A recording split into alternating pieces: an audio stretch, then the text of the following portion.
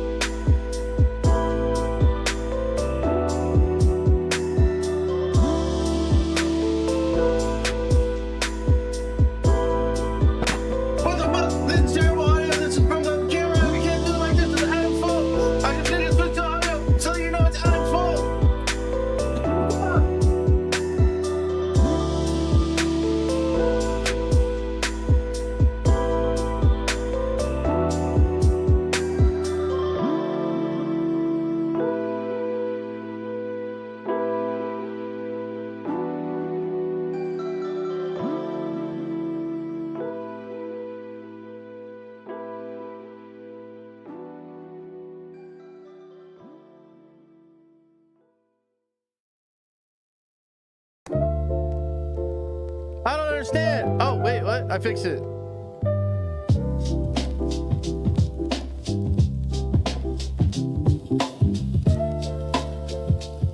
What's up? How you guys doing? I fixed it all on my own. Cool. If he's silent, there's no Warhammer talk. Thanks a lot, David. Thanks for the encouragement, bud. Appreciate it. Real cool. Obsession scared the F out of me.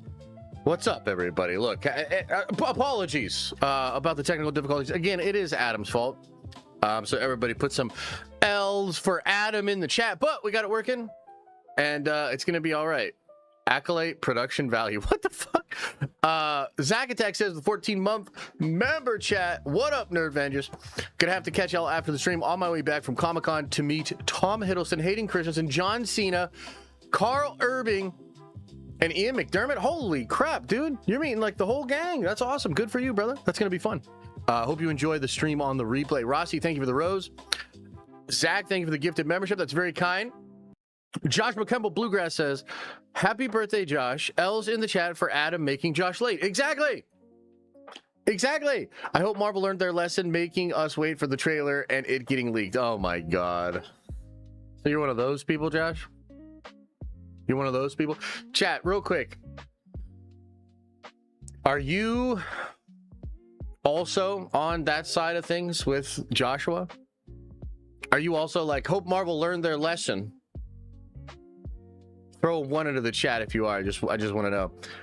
Cam Intech, welcome to the Nerd Vengers, brother. You are a Nerd Venger now. And again, Rossi, thank you for the Acolyte production value thing. Are you taking a dump? Does it seem like I'm taking a dump?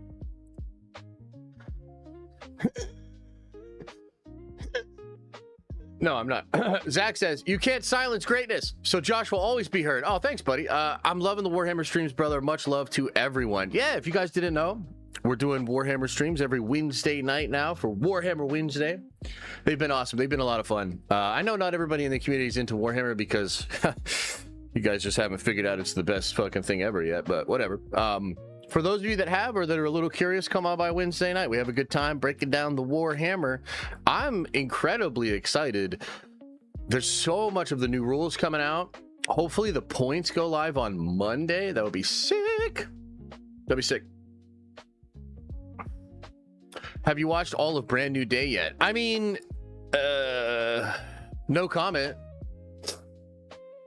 But the movie's lit, you know what I mean? It's really good. I'll tell you all about it. I'm just kidding. Why am I getting banned threats? Also, good luck seeing John Cena. Yeah, no, that's funny. That's a good one. Well, probably because you're I would imagine you're saying something to Adam. You know? Playing with fire there. Let's fucking go. Friday. Can't wait for today plus the Saturday dive. Yeah, that's thank you for reminding me, actually. Guys, if you're a Nerd Venger member, then you already know it's the best thing you could do, you know, for your life. It's, you know, improves your mental health, physical fitness, you know, spiritual side of your life, you know, wealth flows to you. It's all these crazy things. Results may vary, don't sue me, but we all know what it is.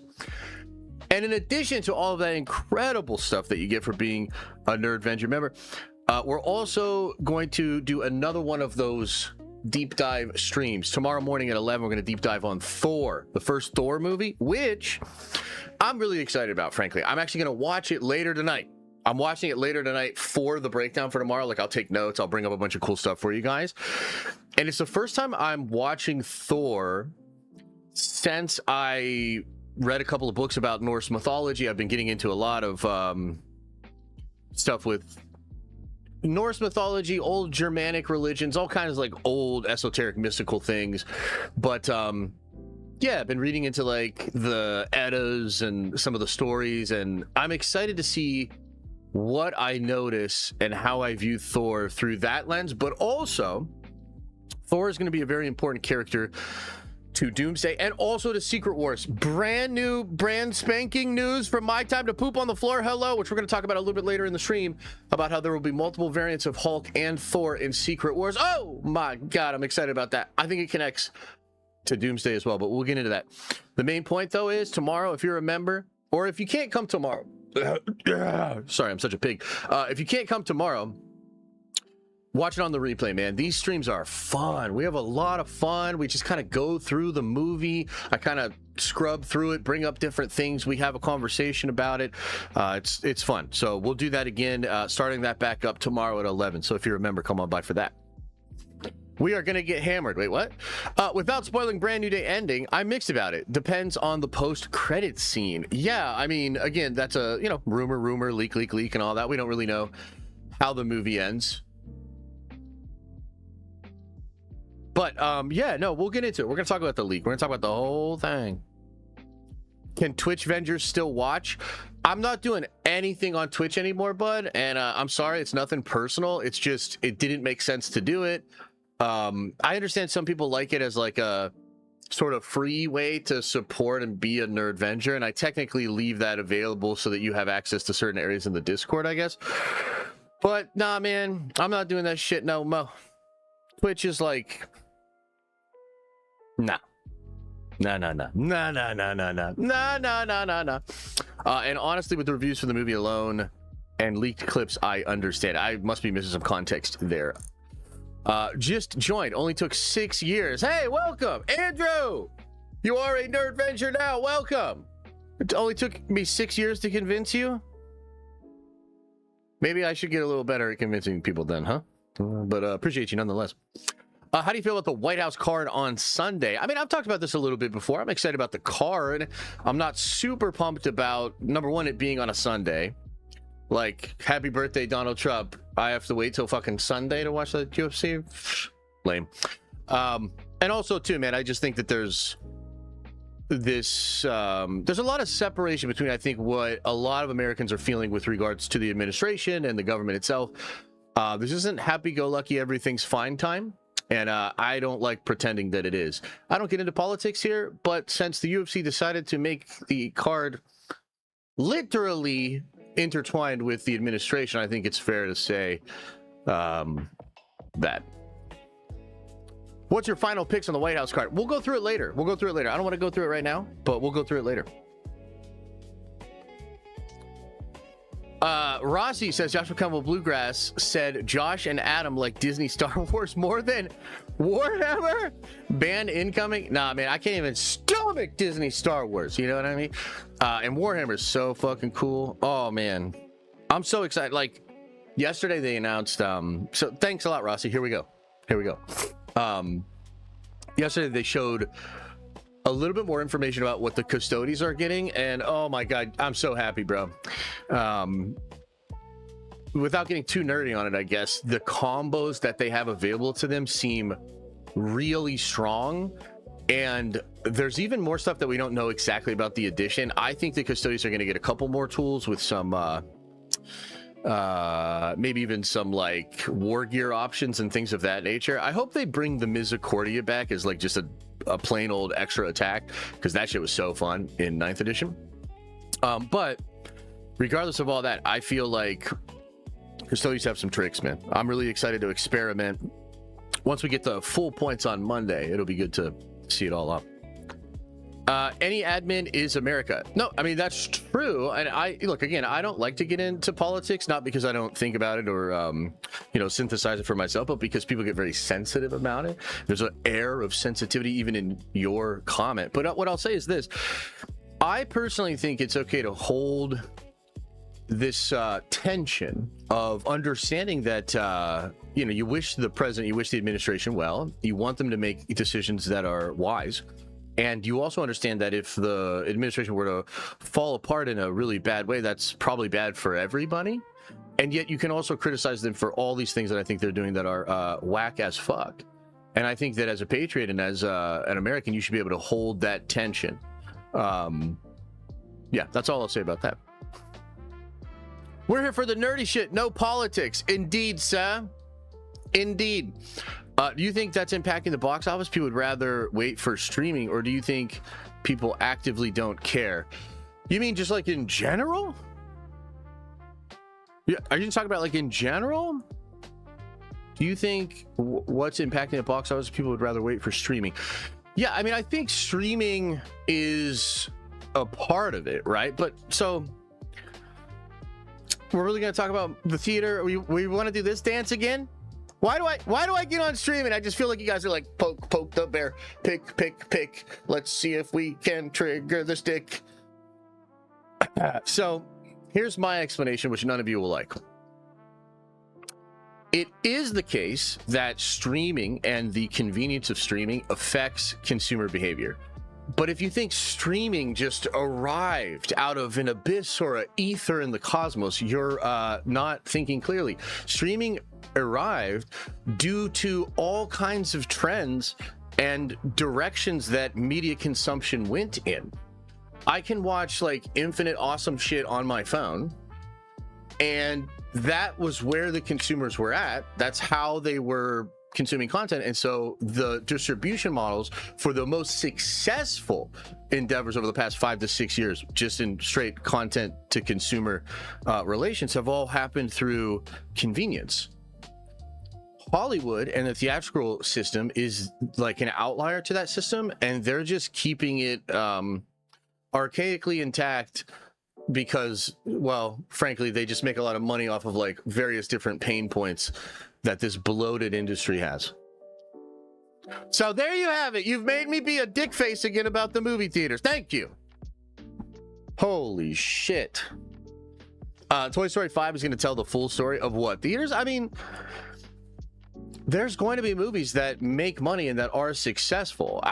That's not an argument against a trajectory of media or consumer behavior when it comes to media.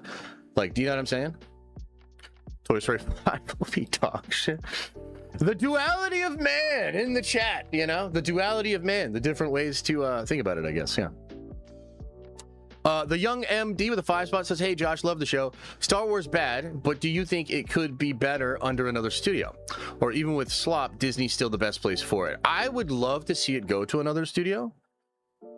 I mean, I guess that could happen. It's kind of hard to say. I mean, Disney's stock price is hovering like around $100 last time I checked. It was like 98 yesterday, and that's just like crazy compared to what that company was valued at pre-pandemic and all that sort of stuff. So I don't know. I mean, there were rumors here and there about maybe Apple buying Disney. I always thought that would be a great idea.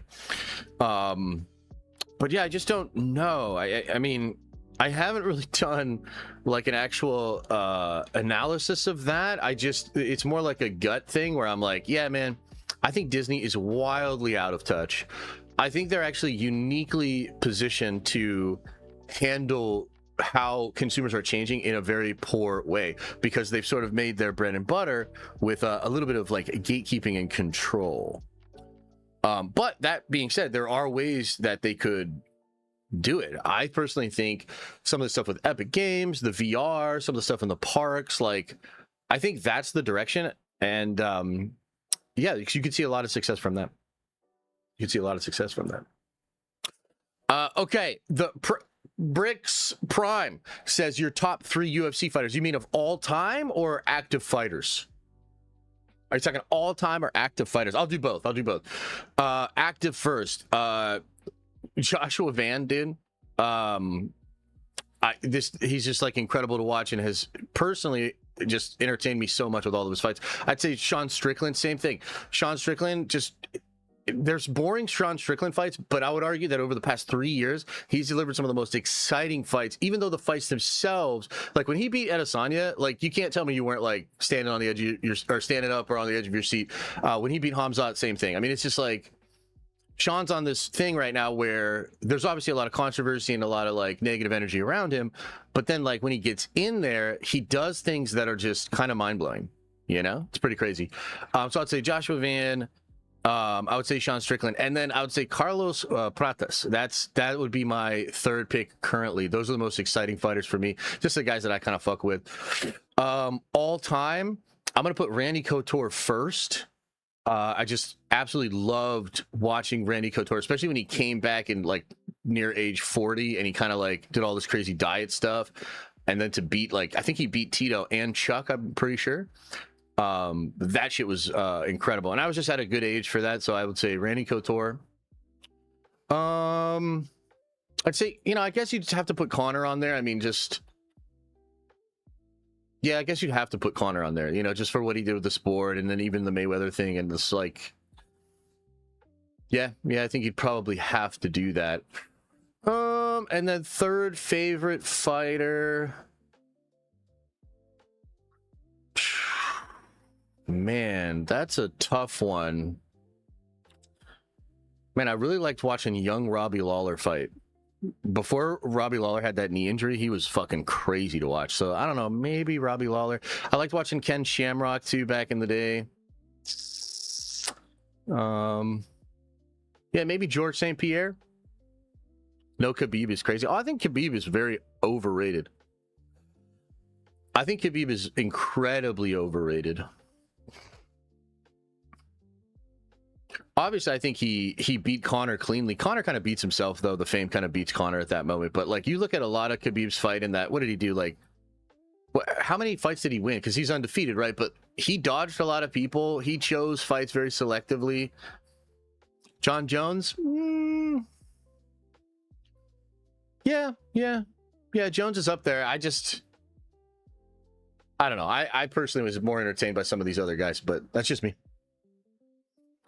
2 movies out of 10 doing well doesn't disprove traditional movie distribution being an outdated system. I love going to the theaters and have a lot of good memories in them, but it's just the facts. Yeah, 100%. I just think this is an unsustainable situation. And I don't see theaters thinking about this the right way, you know? And I think that in some ways they're kind of doubling down on the gatekeeping. And I just don't think that's going to work, man. I just don't think that's going to work. Yeah. Do you think Robert Pattinson should get a comic accurate suit and cave in Batman Part 2? Not necessarily. I hope it's a little bit more in that direction, but you know, Reeves has his style, his aesthetic, and you know, so he cooks well with that. I didn't really love the first movie, but I thought it ended in a way where I'd be way more interested in following that Batman from there.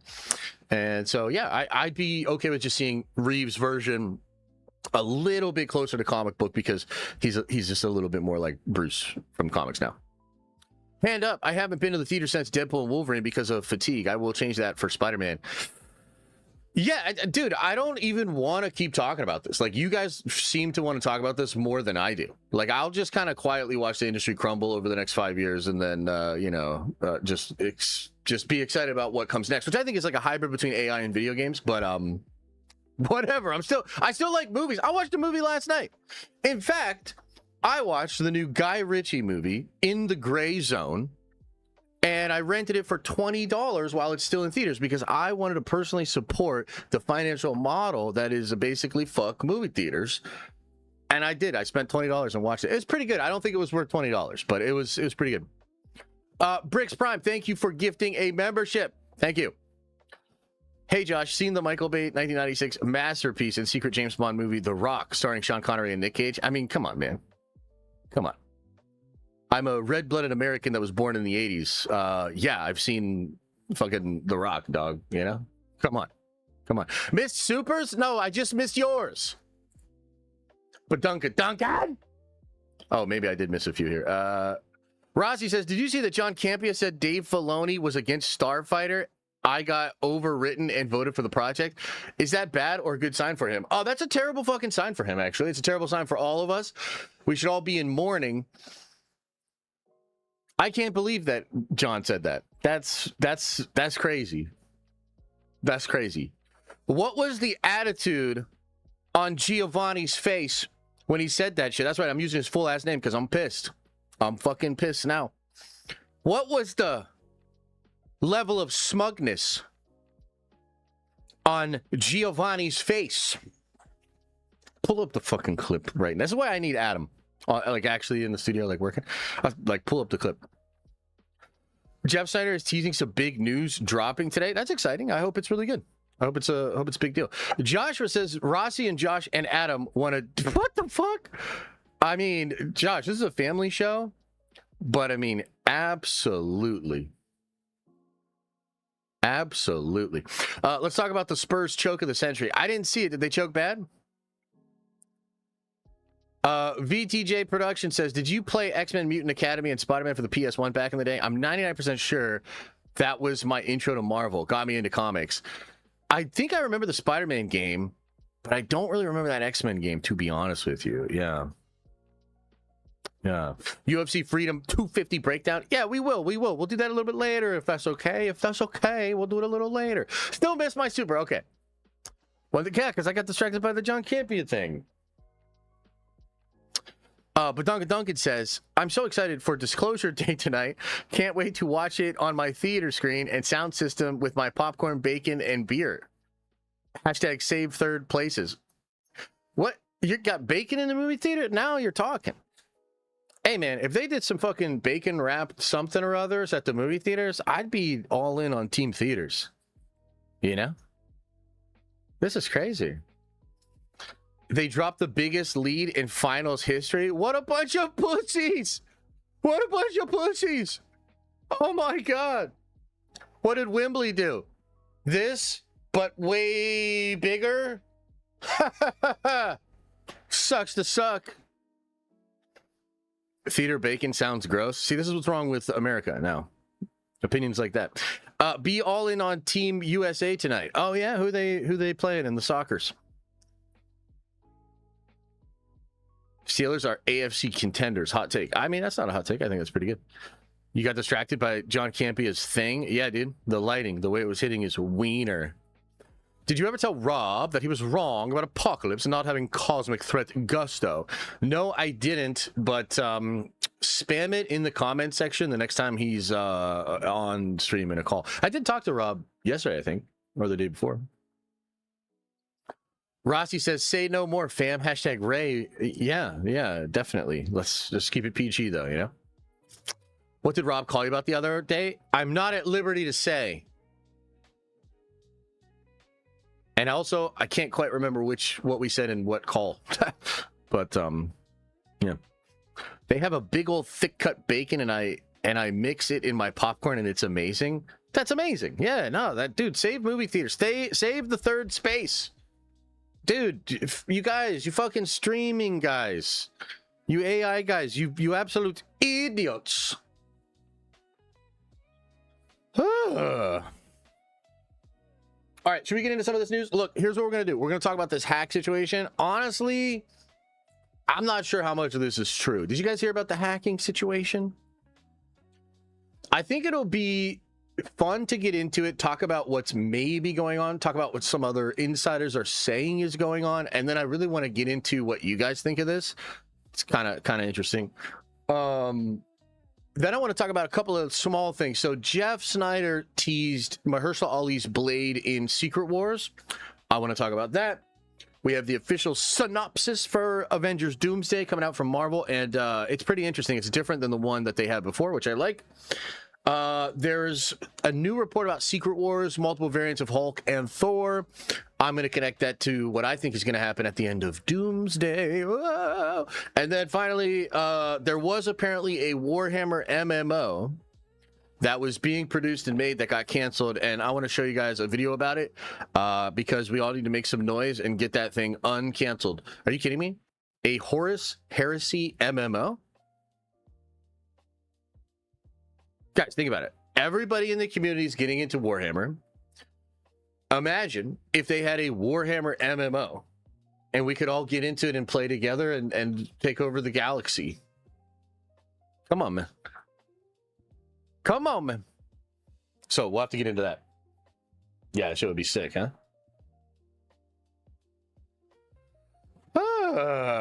You see the scrapped Horus Heresy game? Yeah, that's what I'm talking about. Yeah, and I'm glad everybody in chat saying like, hell yeah, we'd totally get into that. Boo! Hey, don't say that, Brian. That doesn't mean nothing. You're gonna be playing the Halo campaign Evolved? Yeah, it looks really good actually. Looks really good. Thor's hammer versus Warhammer. Who wins? It would depend on what version of Thor, as far as how easily he would get his ass whooped, bro. He can't stand up to nobody in Warhammer. Bitch ass Thor. Now you guys got me upset. Okay. All right, let's talk about this. Vulcan's hammer, indeed.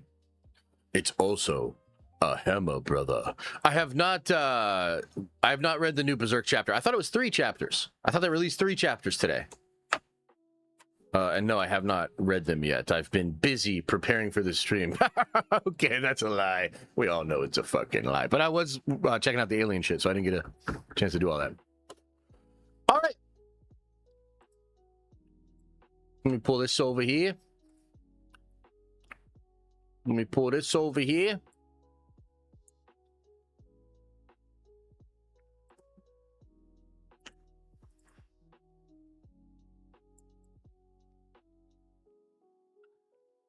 Okay. All right, guys, let's get into this. Let's talk about this leak. So there have been a lot of leaks for Spider-Man Brand New Day, and you might have noticed a lot of leaks for Doomsday, but I think that's a little bit more understandable. And to be honest with you, a lot of the leaks, at least up until the past couple of weeks, have felt more or less standard, you know, more or less par for the course as far as what ends up leaking out there. However, more recent leaks, specifically with Spider-Man and these different trailers and the different sections of the movie and things of that nature, they ring a little bit different. Okay. And there are claims out there that it is different. There are claims from both insiders that are not sharing and the insiders that are sharing this stuff that a hack has happened. Okay. So maybe you heard about this. I've heard it multiple different ways. I heard it was a Sony hack and it's all Spider-Man stuff. And I heard that there's literally a finished, or a not finished, but complete with unfinished VFX version of the movie that has leaked out there. Maybe you saw this. Shine claims it's real. There's an account, Juan, I think he claims that it's real as well, or at least can confirm that there are large sections of this movie that have actually leaked from wherever. So this is kind of like an unprecedented situation. It's kind of weird. Now, before getting into what we know, let me talk a little bit more about some of the other rumors that are out there. And I'd love to get your reaction to this. But this group that's claiming to have hacked Marvel claims to have all of X-Men 97 Season 2. They claim to have all of Vision Quest. They claim to have a cut of Doomsday. A cut of fucking Doomsday, dude. And they claim to have all of this stuff, and apparently they're trying to ransom it off or sell it on the black market or something like that. And I don't know, because, like, on the one hand, like, that could be real, but on the other hand, it's like they were apparently going to charge $500. Love that number, by the way. Apparently they were going to charge $500 for a copy of Spider-Man Brand New Day on the black market. And if this thing's legit, don't you think the price tag would be, like, way higher than $500? Let's start there. Like, $500, like, can we admit that $500 is not a lot of money and is maybe a completely reasonable amount of money to be paid, you know, per episode of a show and everything, but also not even close to as much money as I would charge if I hacked fucking the next Spider-Man movie. Do you know what I mean?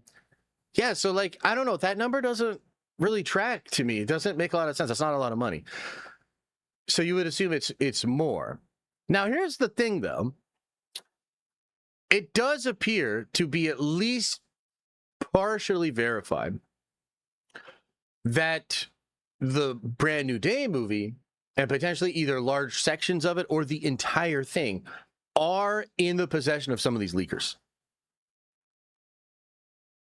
So what is going on? Like, what happened here? You know, did the leakers actually hack Sony and Marvel and are making this a thing?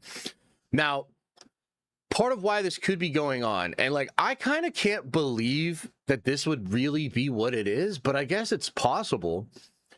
Do you remember when all those dweeby new leakers and all these new accounts and grifters and all these people were threatening Marvel?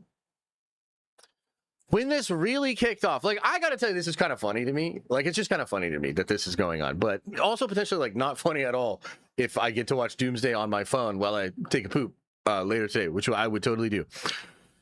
So this could connect to when they showed that trailer at the Comic-Con. Do you remember this? They showed the trailer at the Comic-Con, okay? And they had, like, green laser AI fucking Nordic aliens popping out of black holes that, I don't know, sealed the buttholes of the people that were trying to share the trailer. I don't know exactly the technique they used, but I know that they showed a Doomsday trailer that was seen by enough people to have actual full-ass descriptions out there, and yet zero footage from it has actually leaked. And a lot of these news scoopers and these people in these communities and all these people literally said, this trailer is going to release, like, on this day after it came out, okay? And then it didn't. And I witnessed personally a lot of these accounts get really pissed and start to threaten Kevin Feige. And I thought it was funny. This is actually when a lot of them started getting DCMA'd, okay? Because there was a batch of leaks that came out in December. And I knew they were real. We talked about them a little bit. We didn't, like, go crazy on it. I felt like we were respectful.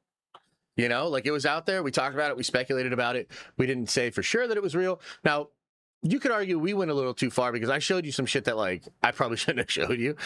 But we weren't like, hey, fuck you, Kevin Feige. If you don't release the trailer, I'm going to show everybody everything. That's absurd to me. That's like way too far and just completely immature. But that actually happened.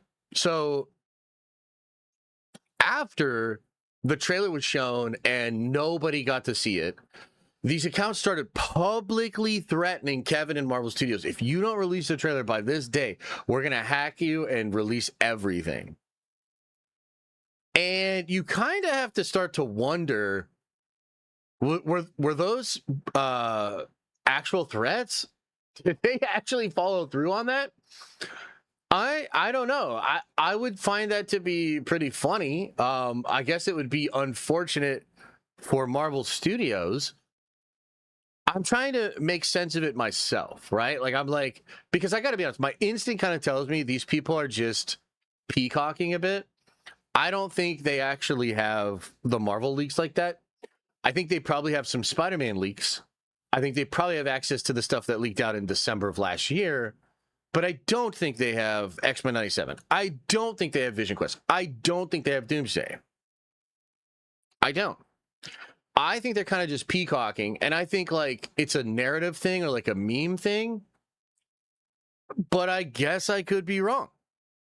You know, I mean, I guess I could be wrong. Technically speaking, sure, there's ways to hack that shit. You know, somebody else, Adam actually brought this up to me. I thought it was kind of funny. So Anthropic releases Fable 5 yesterday, or maybe it was 2 days ago. And it's a new model that works off of their Mythos model, and it's like incredibly powerful. It's very dangerous. It's probably going to break crypto, to be honest with you. And it is kind of interesting that that model comes out, and like 2 days later, there's this like massive leak, right? Like I don't know, because that's probably just a coincidence, right? But it's also a little interesting where it's like, okay. I wonder what's going on with that. So with all of that said, what do we know for sure is out there and what could be going on? Large sections of Spider-Man Brand New Day are leaking.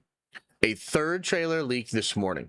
Like, there's 3 different versions of the trailer, which are probably all going to be squeezed into the small window of from the 17th, next Wednesday, when the next trailer drops and the tickets go on sale, to July when the movie comes out. So in that small window, they're going to hammer us with all kinds of different trailers on all kinds of different platforms and all kinds of different markets. So 3 of those trailers have leaked already. And I've seen all of them, and, you know, did a breakdown yesterday on the main channel talking about the things that are in there. And apparently, yes, they do have large sections of the movie. I think that likely comes from visual effects departments and different people that are working on the visual effects stuff. And I can't imagine why those people would be upset with entire departments getting eviscerated by Disney at Marvel Studios. I wonder if they'd have an axe to grind. So maybe it's just that. Or maybe somebody shellacked Marvel and actually hacked the whole thing. And I guess the next question would be, and I want to open this up to you in chat, if those leaks are real and all of that comes out, then when are we doing the watch party for Doomsday? Because I don't give a fuck, dude. I'll watch it right now off of a backwards prison mirror in 180p. I don't give a shit, dude. I needs it, and I want to know, when should we do the watch party where we watch all of the Marvel stuff? I'm kidding a little bit, but I'm actually not kidding. My real question is, would you watch it? How do you feel about it? Like, what do you think? Would you watch it? If a leak to that level came out, would you watch it? How would you feel about watching it? That's what I want to know, Chad. What do you think? Watching it unfinished? Oh, hell yeah. I went to film school, man. You watch a lot of your films and your classmates' films in unfinished states. And then you're also excited to watch it when it's finished. Do that thing you say where you think something happened, but you actually know. What? Shut your mouth when you're talking to me. I have no idea what you're talking about. Marvel hasn't addressed this, right? That means it's real. No, I'm not watching because I don't care. Oh, okay. Marvel, to my knowledge, has not addressed this. I don't think Sony has addressed this either. Yeah, not for 500. It's out in a month. Yeah. Right, 500 is a little pricey for them. Let's be honest. All of us would watch it, but I would feel bad watching it. So here's my question. I'm not telling you how to feel, but why would you feel bad? Are you not also going to spend money on it in the theaters? Are you not also maybe one of the kinds of people that's probably going to spend a disproportionate amount of money supporting the movie, buying the merchandise, etc., as compared to other folks? So this is the paradox of this whole thing, which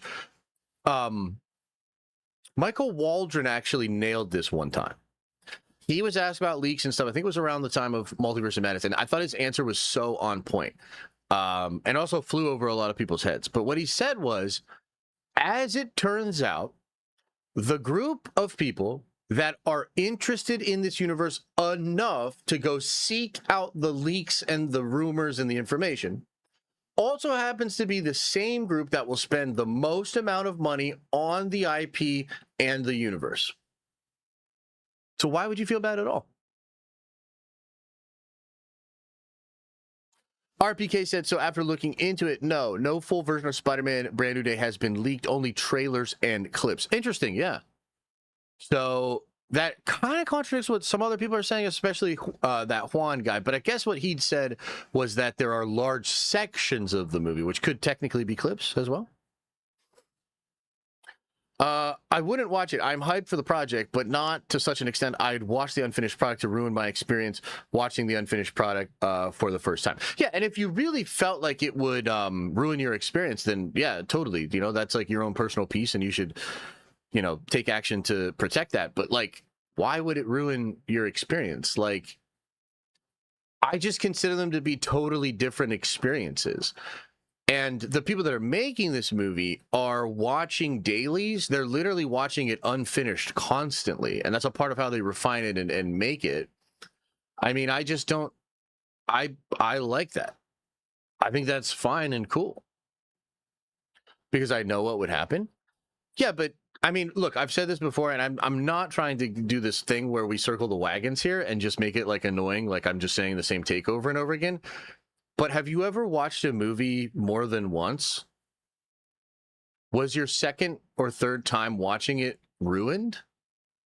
You know what I mean? Like, I don't think some of these feelings are justified. First time I watched Raya the Last Dragon, it was half animated and half animatics. Oh yeah, interesting. No Way Home is the perfect example. Yeah. Yes, but the first time you watch something is unique. That's true. That's true. Let me ask you this. Here's another question.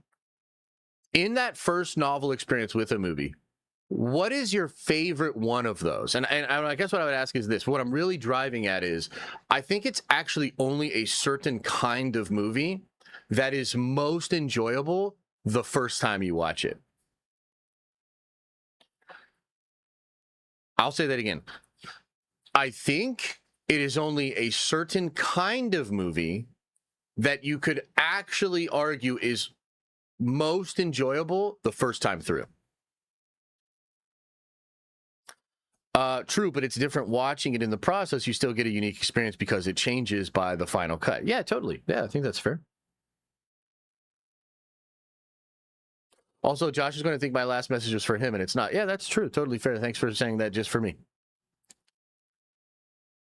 Yo, Josh, can you make a video with all Phase 5 end credits to prep for Doomsday? Yes, we'll do something like that. Yes. Yeah, so, like, here's the thing, man. Like, I'm not trying to be a super big dick about this, but I think when these things happen and we're sort of exploring... I mean, I personally think we're all exploring... Maybe some of us aren't, and that's the problem. But I am definitely exploring, what does media mean to me? How is media changing as my discernment and the value I attain from it changes? What do I actually want from media? How do I best want to experience my media in the future?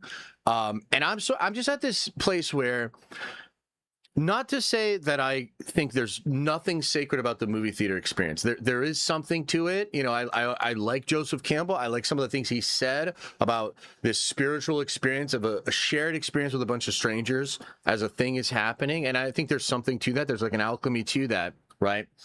But I also can't help but feel that like we actually just live in a world where Disney is literally firing or downsizing and like not actually supporting even their own people.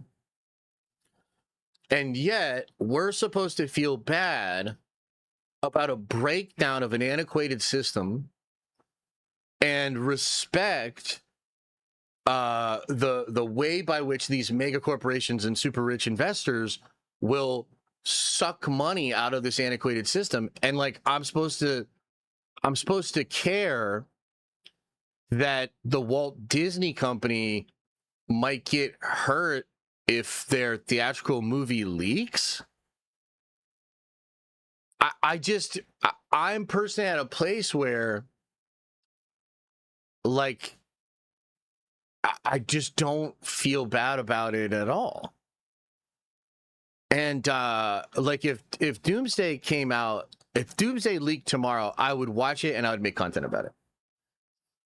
And personally, I don't think that would actually even hurt them, you know, but if it did, I don't see why I should care. Like genuinely. Now that speaks, I think, to a breakdown of a social contract between the people that have this IP and I think have a responsibility to tell stories. There's a breakdown of the social contract in the way a lot of people feel about those institutions and those people. You know what I mean? And so, as these things happen and as the public reacts to them and as things are changing, I just think it's worth like having an honest conversation about it. You know? And look, that's not to say that's a complete understanding of it. And maybe there's a way you could have a steel man to counter argue what I'm thinking. And, you know, I'd be willing to hear it out and think about it. But I'm just like, we live in this day and age where all these influencers, again, I'm trying not to be super rude about this, but like, let's just be real. This is what it is. All these influencers that rely upon an ecosystem of zeitgeist attention and value given to these things that then they get invited to. And so we have these same people that are trying to tell us like Supergirl is going to be great and it's the best thing ever, or like Mando Grogu's dope, everybody loves it, you know? And it just feels so soulless, like billboards, like we're just fucking walking past billboards. Yeah, we see it, but we don't really engage and we don't really care. And it seems like it's that same group of people that want to say, oh, Brand New Day leaked, you better not watch it. Like, do you know what I mean? And it's just like, there's something about that that's like, no, man, like, I don't believe in that sacred cow. Like, not in the way you do. And I just think that we're at a point where things could be changing. And yeah, I just wanted to know your thoughts on it. That's it. I just want to know your thoughts on it too.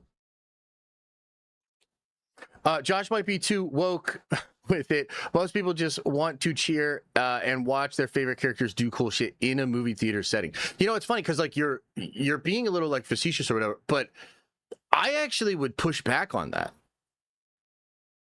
Like, I would push back on that. I actually don't think most of the audience, what he says here is, we want to watch their favorite characters like do cool shit.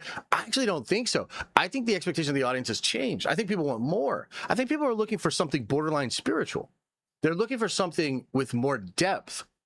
You know? If people just want to watch their favorite characters do cool shit, why did Mando bomb? Why did He-Man bomb? Why is Supergirl gonna bomb? I would actually push back rather harshly against that. I don't think you're right there. Honeycomb says, I know Josh is super passionate about this. He spent $20 real doll hairs on that weak-ass Guy Ritchie movie. I like that Guy Ritchie movie. I thought it was good. Yeah. I'm in Bizarro Land? I mean, maybe. I'm okay with that. And if that's your thoughts on it, I'm willing to hear it. Josh, those are different scenarios, man. Let's be for real. Well, you give me a little bit more than that. What do you mean by different scenarios? I think you're thinking about it in a deep sense than what most fans are. I don't think the fans that wouldn't watch the leaks care about leaks hurting Disney. What? VTJ Productions says, what I prefer at the theater is the sound. Yeah, the sound's pretty great, and the acoustics are a big deal. So they're actually designed to have good acoustics. And yeah, that's something that's rather difficult to replicate at home for most people, yeah. Yes. Yes. Yeah, it's just like I'm not going to be like, oh no, mega corporation that's had their foot in their mouth and treated people like shit for maybe 50 years. Oh no, this antiquated system that should totally be fucking torn down, in my opinion, is breaking down. Like, I don't care. I'm not trying to be super rude about it. I'm not telling people to pirate. I'm not telling people to steal. I'm just asking questions about this. Like, are we sure we need them the way they think we do? I don't think we do. But yeah,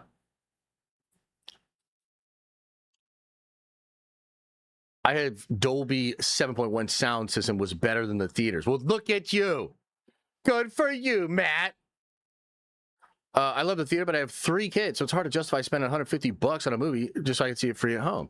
Yeah, and also, like, the convenience of being able to just buy something at home. Like, dude, I have 2 kids too. Like, I totally understand it. Sometimes it's not till like 9:30, 10 at night when the kids are finally asleep, when like you have any amount of freedom. And it's like, am I really going to go out to the movie theater at that time of night? Fuck no. Do I want to enjoy some fun movies, fun stuff at home? Hell yeah. And that's what it is.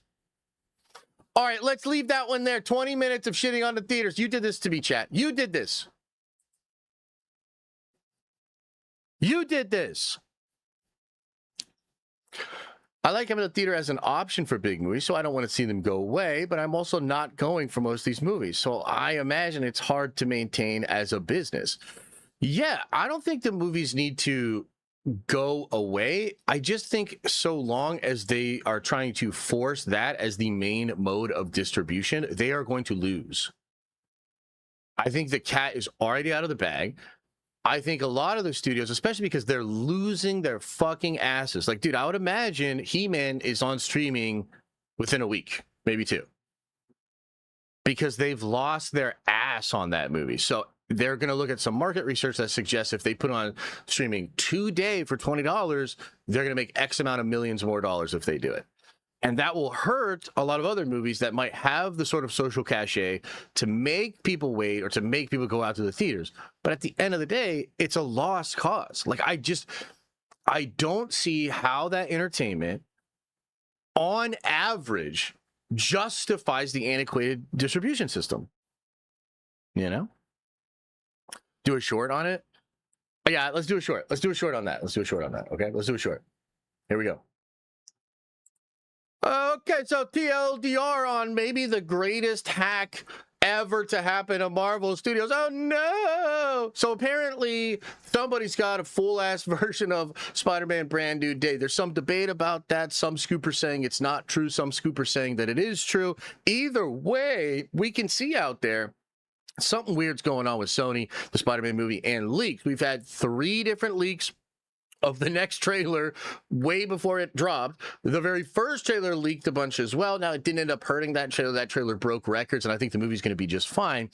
But this is starting to get into territory that's different and maybe a little bit scary. If the full version of the movie is actually leaked online, you'd have to imagine that would hurt the box office of the movie. Maybe not. If it doesn't hurt the box office of the movie, what does that suggest about digital distribution, day-and-date releases, streaming, and all of that? I don't want to get into that conversation, mostly because chat is tired of hearing me say that I'm not that into movie theaters anymore, and I think they should go away. But then, in addition, to this hack, there are rumors out there that this hack extends past Spider-Man Brand New Day, that this group of hackers has potentially a cut of Avengers Doomsday. They have X-Men 97 Season 2 in completion. They have Vision Quest ready to go. And apparently they're willing to leak all of this stuff onto the internet. So I don't know if some of this is just bullshit and these hackers are just, trying to get clout and pretend that they have access to more information than they actually do.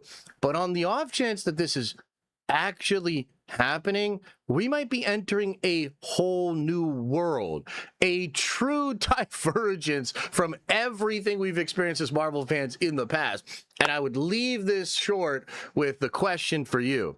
If Doomsday leaks, even in poor quality, are you waiting all the way until December, or are you going to watch that movie? That's the question I have for you.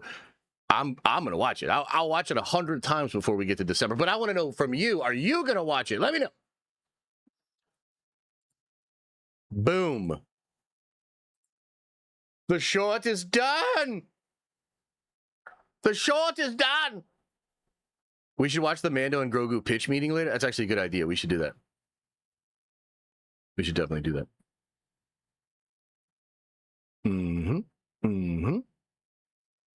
Okay. Let's talk about Blade and Secret Wars. Maybe this one will be quick, maybe not. So, we got an interesting rumor coming out from Jeff Snyder. Now, I do want to say that he vaguely hinted at this. He didn't confirm it. It could be a big thing that he's actually going to report on in more detail later, or maybe it's just like some rumor that he heard. But what he was implying is that Mahershala Ali's Blade would actually be in Secret Wars. Now, unless I'm mistaken, somebody else had suggested this as well. I don't remember which account, I don't remember which scooper, but I'm pretty sure that was a rumor that was out there where people were like, Blade and Mahershala Ali's Blade could end up being in Secret Wars. Now, let's talk about just what that could mean for the character, and then I want to talk about what that could mean for Secret Wars in and of itself, because this opens the door for a lot of interesting things to happen. But if Mahershala Ali's Blade was to be in Secret Wars, I suppose that would be good for the character, as he hasn't been in any fucking thing other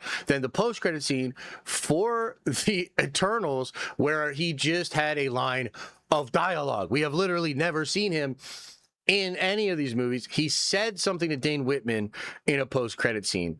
Kind of an embarrassing amount of screen time for an Oscar winner that was really hot in 2019 and 2020 that signed a big contract with Marvel. So if they do work Mahershala Ali's Blade into Secret Wars, good for him, good for the cachet of the character.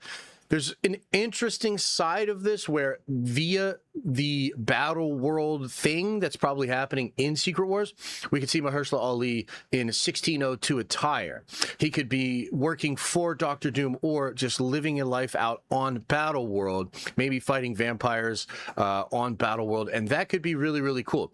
So you could see him almost in like a medieval 1602 version of Blade, where he just lives on Battleworld regularly, and that would be interesting. However, there's also the opportunity for him to be on the outside of that. We know several characters are going to be maybe revolutionaries or leftover beings from the old universes that will pop up on Battleworld and have memories of their past universes. Right now, the rumors are three of the big ones are going to be Tobey Maguire Spider-Man, Hugh Jackman Wolverine, and then RDJ's Iron Man, which is really interesting. But there's also a lot of rumors that you would see other characters like Pedro Pascal Reed Richards, like Florence Pugh, like Tom Holland's Spider-Man, like Sadie Sink's Jean Grey, like the Champions and Wong and Star-Lord. And so we don't know exactly what it all means, but it seems as though there are multiple routes that could take characters from their regular existence in a universe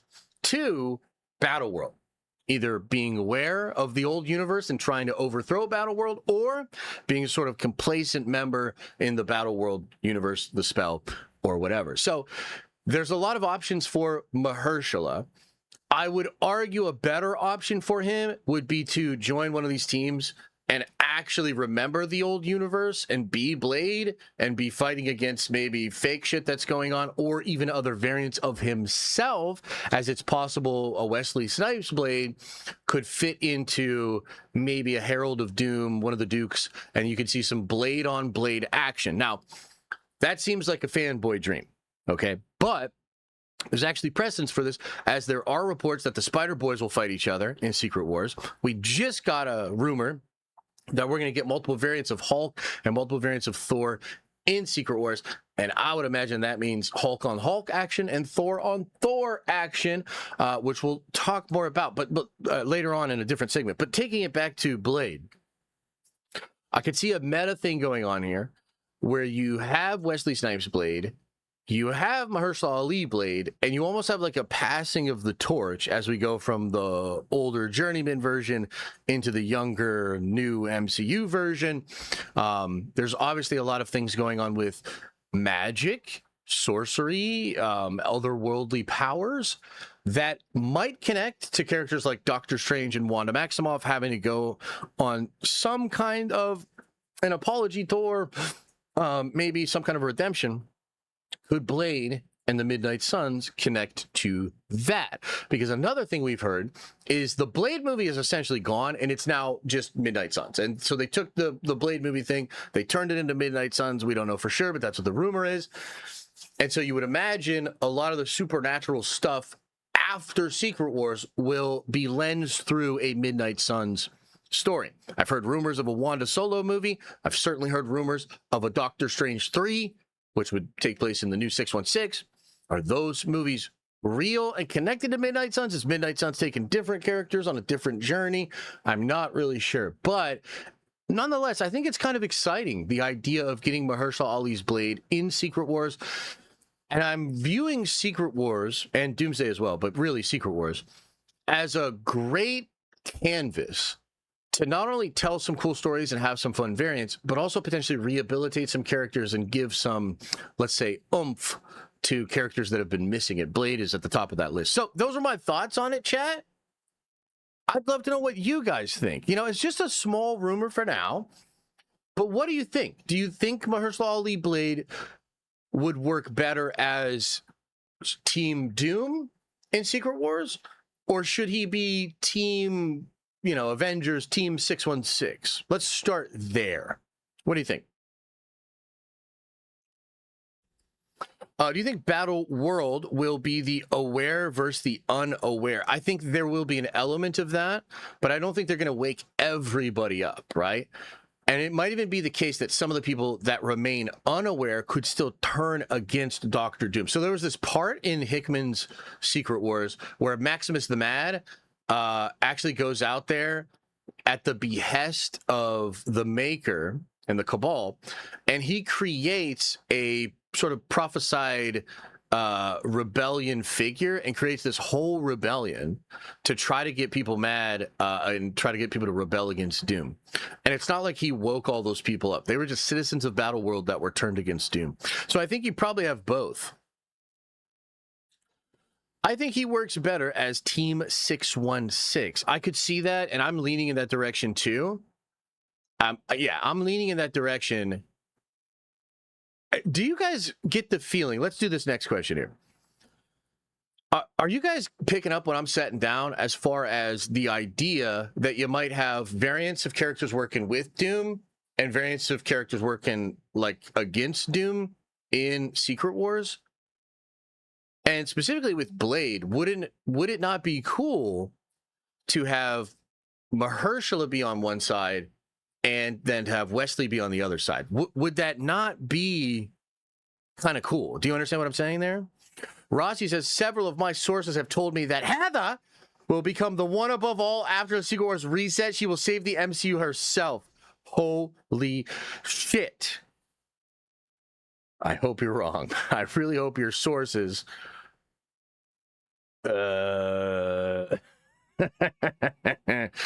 hope your sources suck ass, bro. Yes, this is the hype I've been missing, bro. Yes. No one can pick you up. Oh, really? Just give me the Blade Knight like zombies did.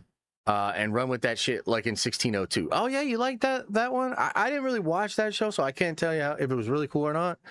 But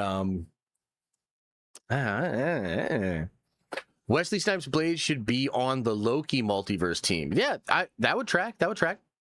Snyder saying Court of Owls is going to be in Batman too. Oh, that's good. That's good. Demet had that first. Nexus Point News had that first, and also, believe it or not, I did a clip about that a couple of weeks ago. That clip blew up. I think it did like 40K views, which is great for our clips channel. And it was like, if this leak is true, then Batman 2 might be the best Batman movie ever. That leak popped off, or that clip popped off. So I'm about that life. What about the X-Men? Be more specific, brother. What do you mean? Like good and bad X-Men? I think that could totally be a thing too. There's rumors we'll get a lot of the new X-Men in Secret Wars, and maybe they go up against OGs that end up working for Doom. That could play. Maybe it's a combination. If we don't get another Girl Power 2.0 with Heather and Gaia leading the charge, then what's even the point? So I would actually love it if they set up a version of the A4 scene from Endgame and they had all those horrible bitches that you just mentioned.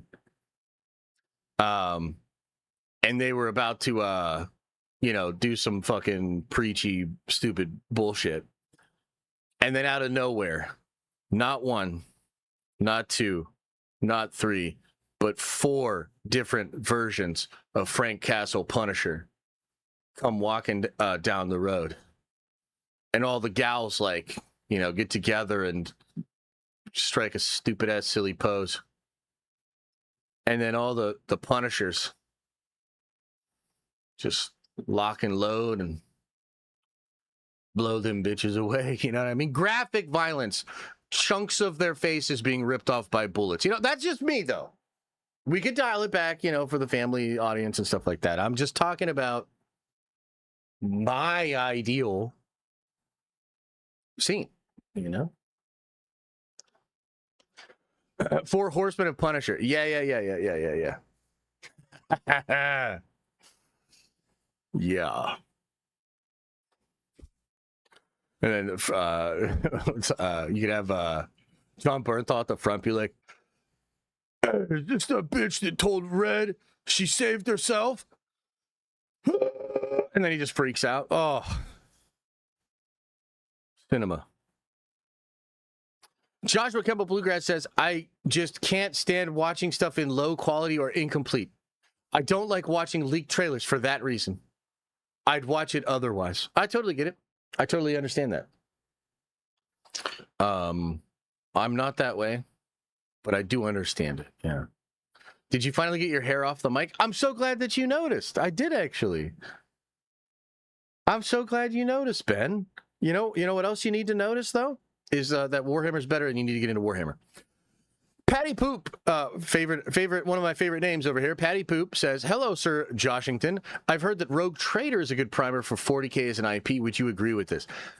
Absolutely, brother. It is a great primer. The only problem is it's a lot of text. You have to read a lot. There's not a lot of voice acting in the game, which is also a great primer because you got to read a lot to be a Warhammer fan until the Cavill stuff arrives. And then hopefully all you slack-jawed, I refuse to read, all of you guys will also be able to enjoy Warhammer. But yeah, so I suppose it's a good primer even in that regard. But no, real talk, dude, the lore is great. There's a big array of different lore in that game as well. Fantastic game. Fantastic game. The Real Dark Boy with the 5 spot says the Robert Pattinson casting permanently locked those movies out as the best Batman movie ever. Bro is a terrible Bruce. He's a terrible Bruce so far. Okay, I think we got to give him a chance to change everything about himself. Yeah, exactly. Owen gets it. Adam's like, he just called everybody in chat dumb. And then Owen's like, Adam, what else is new? Yeah, but I try to be nice about it, okay? I'm trying to be chill about it. As far as I'm concerned, we're all pretty stupid. Even those of us that are maybe a little less stupid than others. In the grand scale of all of what intelligence and consciousness actually is and is capable of, you'd have to admit we're all pretty dumb over here. And that includes me.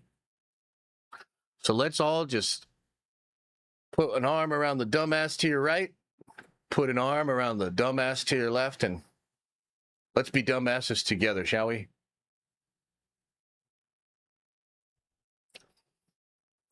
In the Batman set photos, he looks way better as Bruce than the first one. Okay, that's great. That's great. You love to see it. You love to hear it. Well, I feel motivated now. That's great. I'm glad. I'm glad. That was gold. Hell yeah. He's not the worst. He was written that way. He's not a flashy Bruce. Yeah, I don't. It's not my favorite. There were things about the movie I liked. There's a lot I didn't, but I'm pretty open to the second one, man. Like, I'm trying to be chill about, especially Court of Owls. Dude, get the fuck out of here. That's going to be amazing. That's going to be amazing, dude. Court of Owls, Reeves will definitely put that shiver down your spine with that shit. It's going to be great. I mean, I think it should be pretty good. Okay, let's leave it there with Blade. Let's leave it there with Blade, huh? YouTube Dolph Saber says with a $5 holla, y'all are tripping. I love emo Batman Bruce Wayne. Gives off the Winter Soldier vibe. Also looking sharp, Josh. Hey, thanks, bud. Different strokes for different folks, you know? He certainly does look like the Winter Soldier, especially after they turned Winter Soldier into some sad soy boy. You should take the shield, Sam. I'm going to go talk to a therapist. I'm depressed. It's like, so yeah, you're not wrong. Oh no, Baby Bird says he's got to be attractive. That he is not. You know, that's interesting. Different strokes, different folks. I think a lot of the ladies like Pattinson, though. Am I wrong about that? Am I wrong about that? I thought the ladies liked that guy because of like Twilight and shit, huh? No? Yeah, no? All right, let's talk.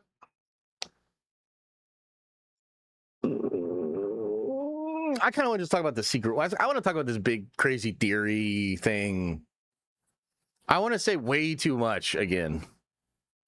Where's that guy earlier that was like, hey, why don't you do that thing where you act like you don't really know a thing, but you definitely do? Listen up, bud. I don't know, though. Off topic, but if Tom Holland dies in Brand New Day, I would love it if he's a Baron for Doom in Secret Wars in an all-black suit, dark and evil, and we get a scene with him and Toby about... Oh, dude, that would be awesome. This guy's speaking my language. Brother, whatever you're on, pass that shit over here. That's primo. I like that.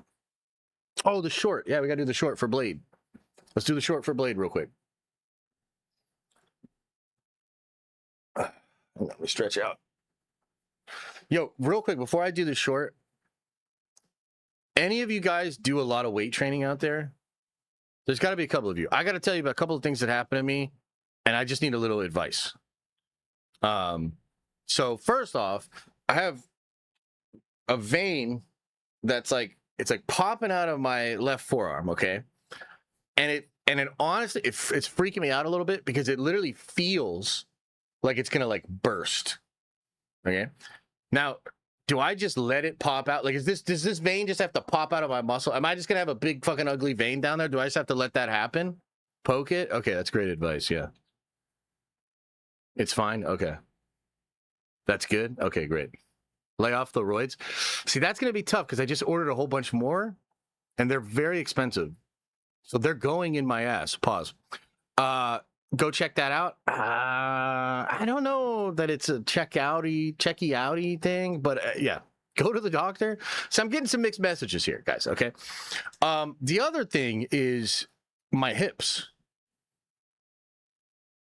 and I like pulled my hips this week. I haven't been in the gym for a couple of days because of my hips, actually. It's actually a vein you don't worry about it. Yeah, so that's what I was kind of thinking. Like, I wonder if I can even, I mean, I probably shouldn't, but I could probably get it popping. That's called arthritis, you old fuck. Well, so this one was a little bit different though, where like like I can deal with back pain, but you ever have that kind of back pain that's like, oh, something's really wrong. Every time I shift, I'm in searing, like brain boiling, like pain.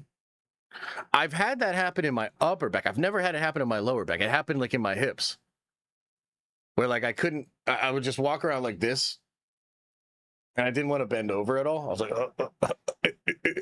and my wife's like, "Are you all right?" I'm like, "I'm fine."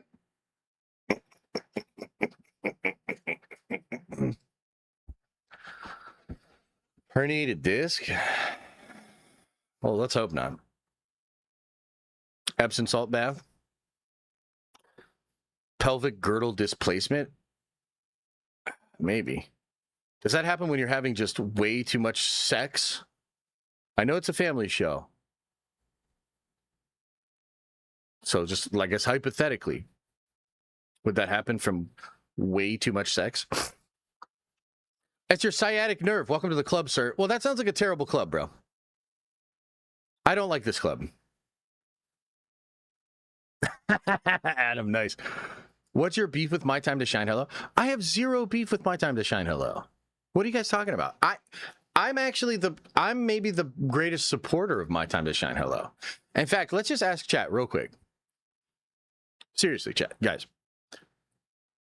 Has anybody been as kind, supportive, and just overall helped the growth of My Time to Shine Hello in the way that I have? Like, can we just start there? I'm pretty sure she owes most of her career to me, you know?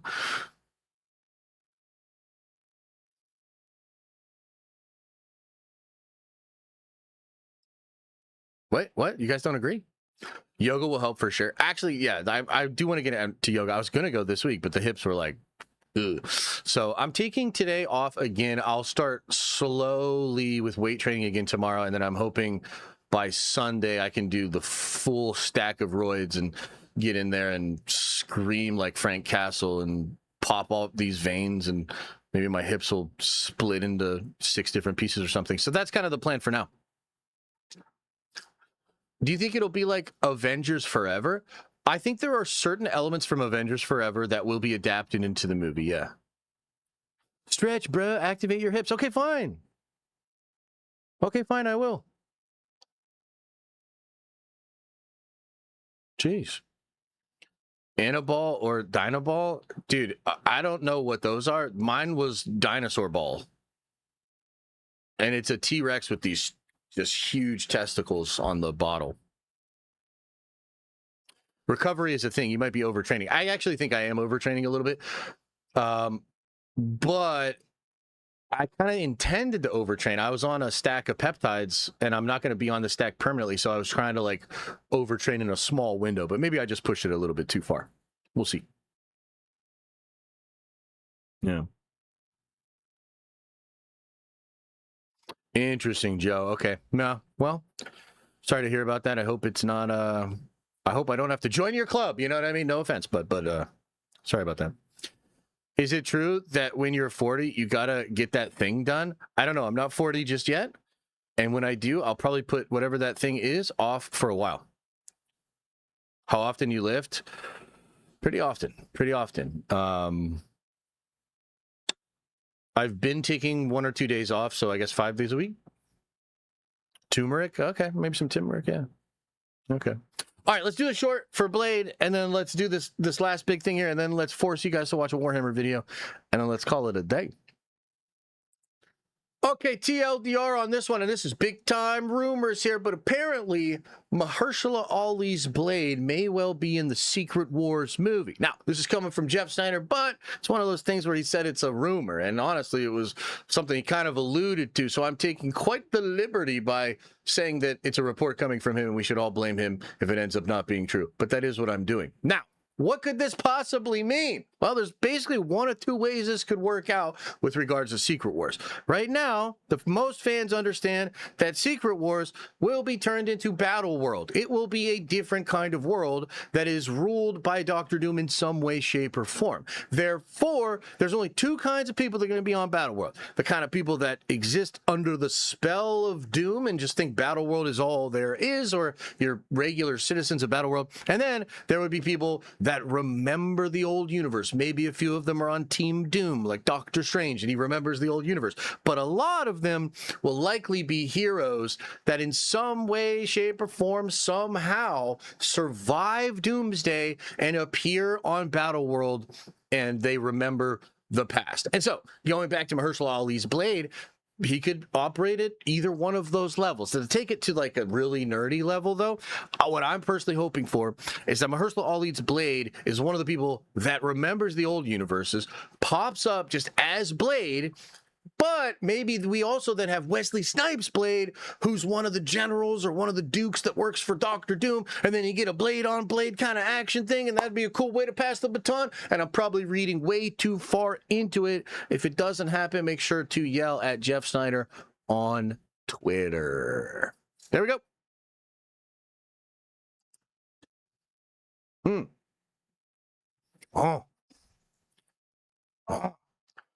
Sleep 9 or 10 hours is possible. Drink turmeric and drink Brando. Yeah, I'm going to take it. I took it easy yesterday. I'm going to take it easy today. Also, I've been going to the gym twice a day, but that's like, I don't think it really counts because one is cardio. I do cardio in the morning and then I weight train at night. But I mean, you know, like I guess depending on the intensity, that can add up, especially when you're old as fuck. Yeah. Yes. Warhammer, it's not even Wednesday. Let's go. Yeah, man. Oh. Okay. So let's do a little talking here about this crazy shit, okay? In fact, let me pull this up. I think it's cool, man. I think this is really cool. Okay, so we got to talk about some new rumors about Secret Wars. They're interesting, but they get really interesting when you combine them with some of the things I think are going to be slipped in to the end of Doomsday. And so I'm going to tie this whole thing together here. But first, what am I even referring to? Well, I'm referring to this here. This is coming out from My Time to Shine Hello, who I've always been such a big supporter of, and basically, you know, built her career, and she should probably give me a commission on all the stupid NFT gambling deals that she does. We love My Time to Poop on the Floor over here. She reports that Avengers Secret Wars will have multiple versions of the Hulk and Thor. What? Okay, let's talk about Thor first. So the Thor one is probably not as cool as the Hulk one, to be honest with you, because what she's likely referring to is the Thor Corps. What's the Thor Corps? Well, the Thor Corps is the police, basically, of Battleworld. And in the Jonathan Hickman Secret Wars comic book, you open in, after the destruction of everything at the end of like New Avengers 32, I think it was, you open in Secret Wars, and you're just on Secret Wars, and there's this brand new Thor in some kind of ceremony where he's becoming worthy. There's a bunch of Thors around him, and they're standing in front of a carving or a vestige of God Emperor Doom. And this is the first entry into Secret Wars where you're like, whoa, this shit is different. But essentially you learn through the course of that first issue that all of these Thors are like the police force of Battleworld. They all work for God Emperor Doom. And that's likely going to be replicated in Secret Wars. So if so facto, what My Time to Poop on the Floor might be saying here, do I have something in my beard? You guys didn't even tell me. Great friends you are. What she's likely referring to with the Thor thing at the very least is that you'll have multiple versions of Thor that equate to Thor Corps members. Now, I have a theory about how we get here, because I think you're going to get a lot of the members of Valhalla helping Thor in the third act of Avengers Doomsday, okay? And, well, you know, there's a couple of reasons why we believe this, but in the initial Thor trailer for Doomsday, we of course see Thor praying to Odin, praying to the All-Father, and he wants to return to his daughter. He needs help, you know, etc. In the leaked trailer that never leaked, we get a line from Thor where he's talking to all the other Avengers like, hey, I fought against stronger people than you, against stronger opponents than this, and y'all suck.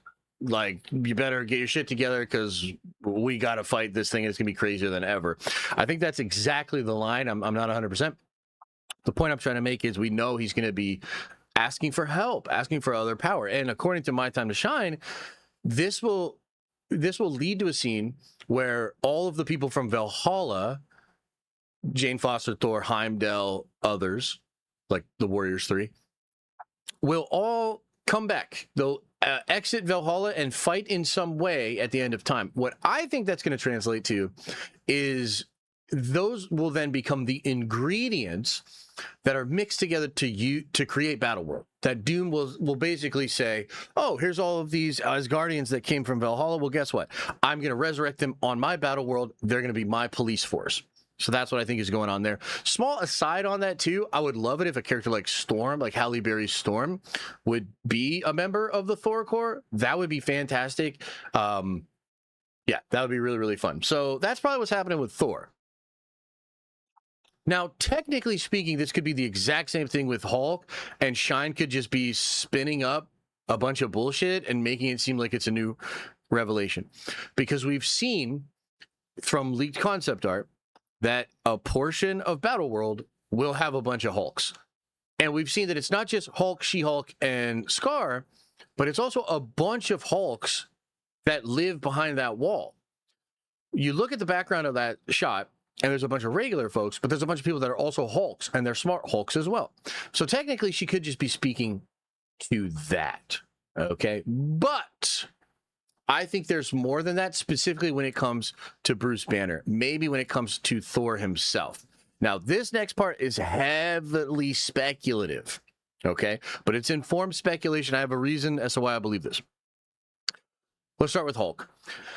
We've heard a lot about the Maestro Hulk. Not recently. This was stuff that Alex Perez was very vocal about a year and a half ago, 2 years ago. And it just seemed like Maestro Hulk was definitely going to be a thing. Now, Alex has been super quiet about that and given us basically no details. And there was even a moment where he got really hush-hush about it before we even knew that Kang Dynasty had turned into Doomsday.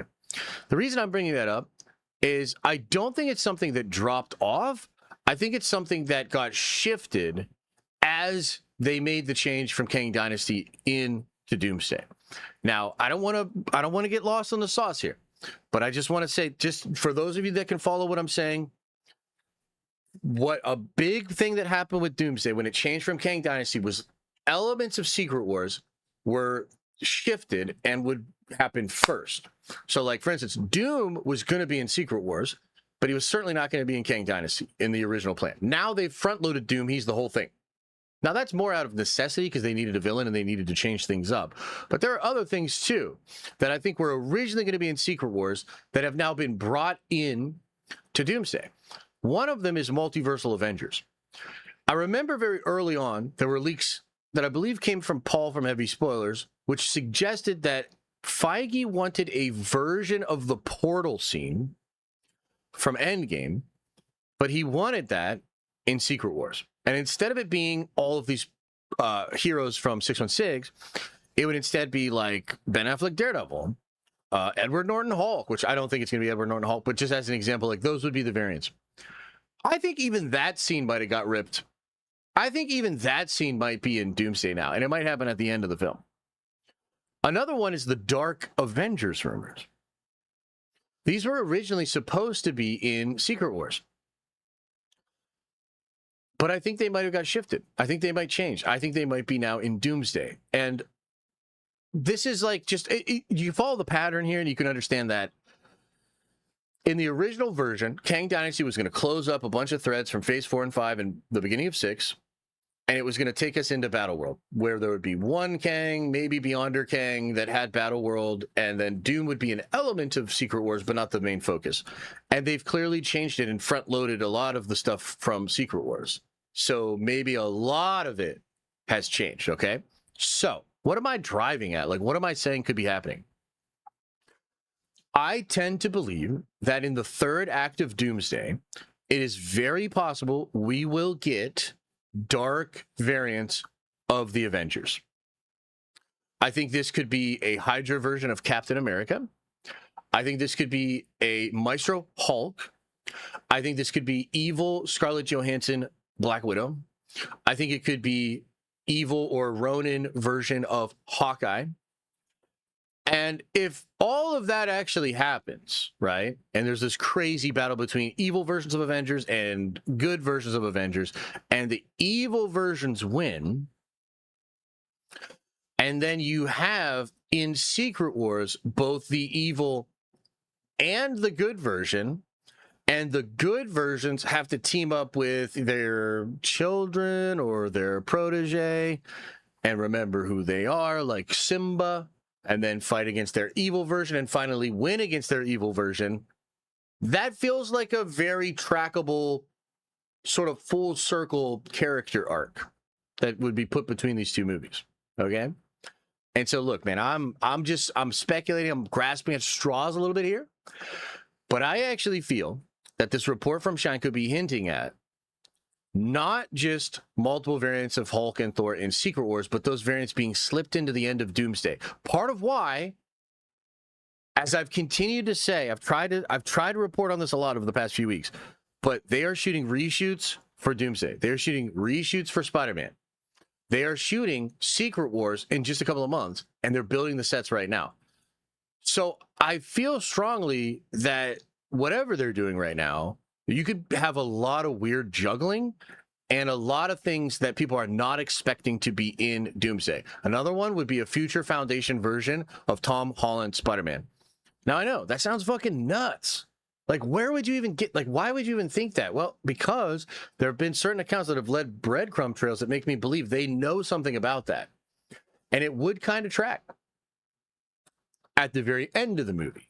In that third act, when there are multiversal Avengers, that could be where it is. And maybe a lot of them are escaping from the TVA. Maybe a lot of them are escaping via Loki. And maybe that rumor that Alex Perez said years ago about a multiversal battle at the end of time to try to stop Doom once and for all, maybe that's where a lot of these loose threads come together and connect. So that could be. Could this technically happen with Thor? Absolutely. And what version of Thor would I want to see if they did that?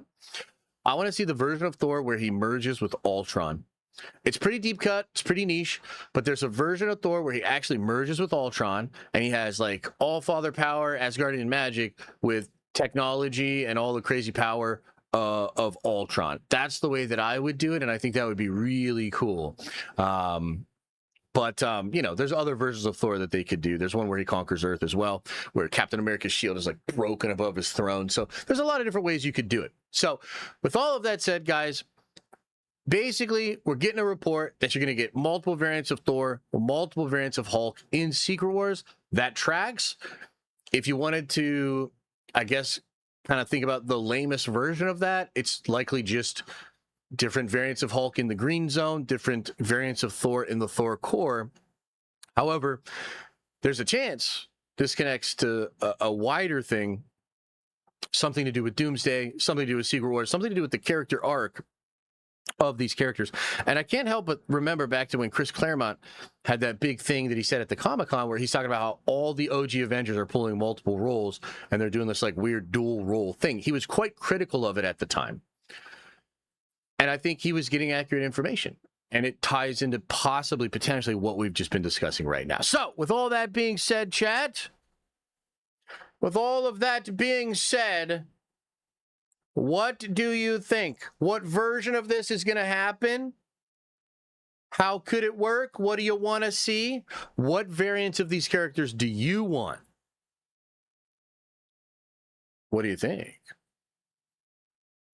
It's not cool if it's Edward Norton or Eric Bana. I would like that. I said what I said about Norton because apparently Kevin and him still have major beef. In Joanna Robinson's book, The Reign of Marvel Studios, she said Edward Norton is basically the one person Kevin will never work with again, no matter what. I don't know what happened between them, but yeah. Yeah. Yeah. Sweet, I just crossed the border. Gonna go hunk mode in my 30s. Wait, what? I'd like to see this happen, but it seems like Doomsday is just running into a fight between 3 universes. That's true, but remember, Alex said that about 2 hours into the movie, everybody will think that the movie's about to end and something's going to happen, and you're going to be like, oh shit. And then you're going to realize that there's an hour left of the movie. And to me, that just so lines up with, oh, we think it's all about these 3 Earths and Doom's doing this, but wait, Doom's actually doing this. Now all the Earths got to really try to stop Doom before it's too late. So that's kind of the way I see it going on. The Exodus says, sounds like it's finally time for Beta Ray Bill. That would be cool, and I think there's room for that character, but Secret Wars is also a pretty big, sweeping movie, so you almost don't want to see Beta Ray Bill just get sidelined like that. But maybe if they do, like, Thor fighting Beta Ray Bill in the Coliseum, that could be really cool, and sort of a callback to actual Planet Hulk. Terrence Howard, War Machine, that would be lit, dude. That would be amazing. I'd be super into that. So they're hiding the actual runtime of the film?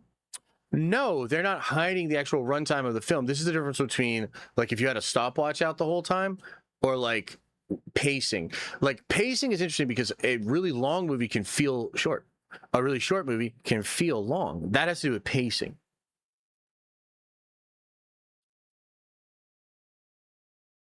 Too many variants may not be cool, but I'm down for some. Yeah, that's fair.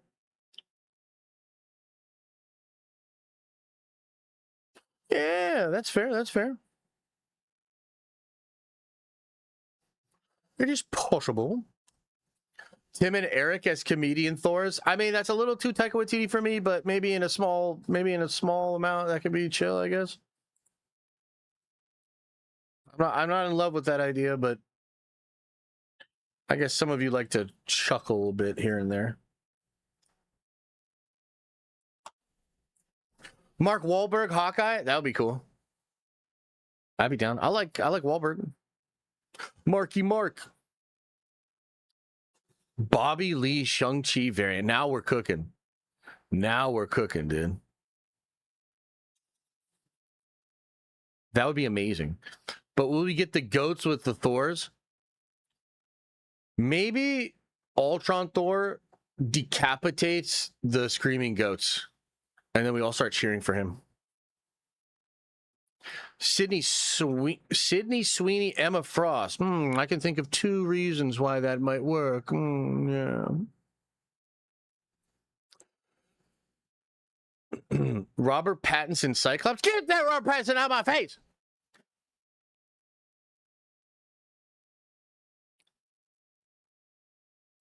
If they really do thing like they should have just in Love and Thunder, we need Thor. What? Danny DeVito Apocalypse? Yes, please. That'd be sick. Possible that the creation of Battleworld happens around the 2-hour mark, and the last hour is pretty much the first of Secret Wars. That would be amazing. I don't know. I've heard some rumors of that, actually, but nothing recently. So I don't know. Ben Affleck, Moon Knight? No, he's Daredevil, dude. He's Daredevil. Oscar Isaac, Spider-Man 2099? That would be sick, dude. That would be sick. I don't know if they're going to do that, but that would be great. So do you guys kind of see what I'm saying here? I guess let me just ask you this plainly. Do you think we're getting dark OG Avengers in Doomsday? Because I got told by a lot of people, no, it's not happening. But those same people told me Sadie Sink was not Jean Grey. So these people don't know. They either don't know what's really going on or they're lying to me on purpose. Some of you say yes. Some of you say you hope so. Yeah, man. Most of the biggest pops will be in Secret Wars. I think so. The Thanos Cabal or whatever. Yeah. Thanos could be connected to it as well. Yeah. All right, cool. Seems like a lot of you guys are down. You think we could get Ghost Rider, Mephisto, and Secret Wars? I think so. I think that would be great. I would like it. I would like it. How funny would it be to get Steve Rogers' son as Captain Britain and it's Henry Cavill? That would be kind of funny, yeah. Cavalrine in Secret Wars? Maybe, yeah. Yeah. All right, well, I was going to make you guys watch this video where we talk about Horus Heresy MMO. It's only 7 minutes. We should watch it. Come on. Come on. Come on. We can watch Chapter Master Valrak. I love this guy. You know, he plays Imperial Fist poop eaters, but other than that, he's a real chill dude. Okay, so apparently there was potentially going to be a Warhammer MMO, and it got canceled. What the fuck? Let's watch Valrak talk about this. Of greatness, brothers, but sadly, that dream will never be. What in the Emperor's name am I talking about? It is the cancelled Horus Heresy MMO. What? Yes, we were supposed to be getting an MMO in the Horus Heresy. What? Let's jump in. Let's look at this in a bit more details. Let's look at some of the footage, apparently, which was attached to this game, and also some of the big name writers that were going to be attached to this project. Ain't no way. Now, for those of you who remember, back in May 2023, there was a big announcement of a Warhammer MMO that was currently in production. It was by the studio Jack Ecliptic Games. It was funded by NetEase. And there was a lot of buzz about this because we didn't know if it was going to be a fantasy one, if it was going to be 40k. Eventually, it did come out that it was going to be a sci-fi type of MMO set in Warhammer. So the 40k fans were all buzzing. But now we've learned from that it was going to be a Horus Heresy game. It was going to be a Horus Heresy MMO where you could take a character and battle across the galaxy in some of the most biggest epic bloody battles that shook the galaxy back then. Yeah, in the background right now, I'm going to be showing some footage. And this footage you see in the background is coming from a Twitter account called John Animates. Now, John Animates has actually worked on projects like Astartes, all these epic scenes that we used to buzz and love for Astartes. This chap actually put some of the VSX together. He's actually some big, massive projects. I'll include his link in the Twitter description down below if you want to go and check him out. But the footage you're seeing is some early test development footage of what the game potentially could be looking like. You can see a Marine running around, the animations and stuff. You can see some of the assets, of course, that they've been building. If I'm not mistaken, because there's some screenshots that we're going to show off in a second, this is Prospero. So it seems that one of the battles that were going to be taking place in this game was the Battle of Prospero. Space Wolves, Custodes, Thousand Suns, Warp Entities, Magnus, Lehman Russ, all these amazing things that we've read about in the Horus Heresy, all these amazing things that I've been yapping about. Why haven't we got games about this? Why aren't we taking part in all this stuff? This is the kind of content that we want in Warhammer gaming, and it looks like we're going to get that. But it was taken away from us. And we actually had some big names attached to this product as well. Image in the background, because this is how I initially found out about this. Graham McNeil actually retweeted this footage, and as you can read in the background, it says, I did some writing on this game. Are you kidding me? The characters, the missions, the scripts, etc. And it was shaping up really nice. No, we need to save this game. That really puts the dagger and twists it for me, because again, Graham and Dan did that crossover book, Prospero Burns and stuff like that, where it was all about, of course, the siege of Prospero. Again, I'm not saying that the entire game was going to be around Prospero. You know, maybe there's going to be more battles, Calf, maybe Terra itself, right? This the Battle of the Fall, right? The Iron Warriors losing, Perturabo losing to Captain Pollux. You know, we could have had these amazing events across the galaxy. I just feel really, really bad that one thing that I want more than anything is a Warhammer Horus Heresy type of game. I'm amazed that we haven't had. Dude, and I love MMOs. Chat, I don't know how y'all feel about this, but I love MMOs, dude. MMOs are such a fun kind of a game, a fun social experience that you can have with people. And it would have been, bro, like, it would have been so useful to get people into it as well, because the Horus Heresy is like the biggest chunk of the lore in the setting, and to have the ability to like go through as a certain side of that conflict or as a certain Space Marine chapter, holy shit, like that would have been amazing. One at this point. I know people got to argue, yeah, well, Barrett, we've got the card game, which is basically being cancelled now, and that's going to run out soon. And we had that like kind of drop pod base building game on the like iOS and Android, which is basically just a cash grab, to be fair. But apart from that, there hasn't really been any big Horus Heresy games, and that's insane because this setting literally has the Emperor, Primarchs, Malkador, legions, absolute legions of Space Marines, and on top of that, some of the most famous characters from those legions: Sigismund, Abaddon, right?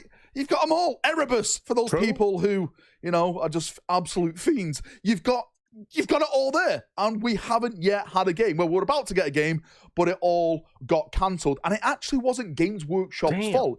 It was the fault of NetEase and Jack Ecliptic Games. They pulled the plug, apparently, because of money issues. Why those money issues arose, I have absolutely no idea. I can probably guess it's all down to the suits, right?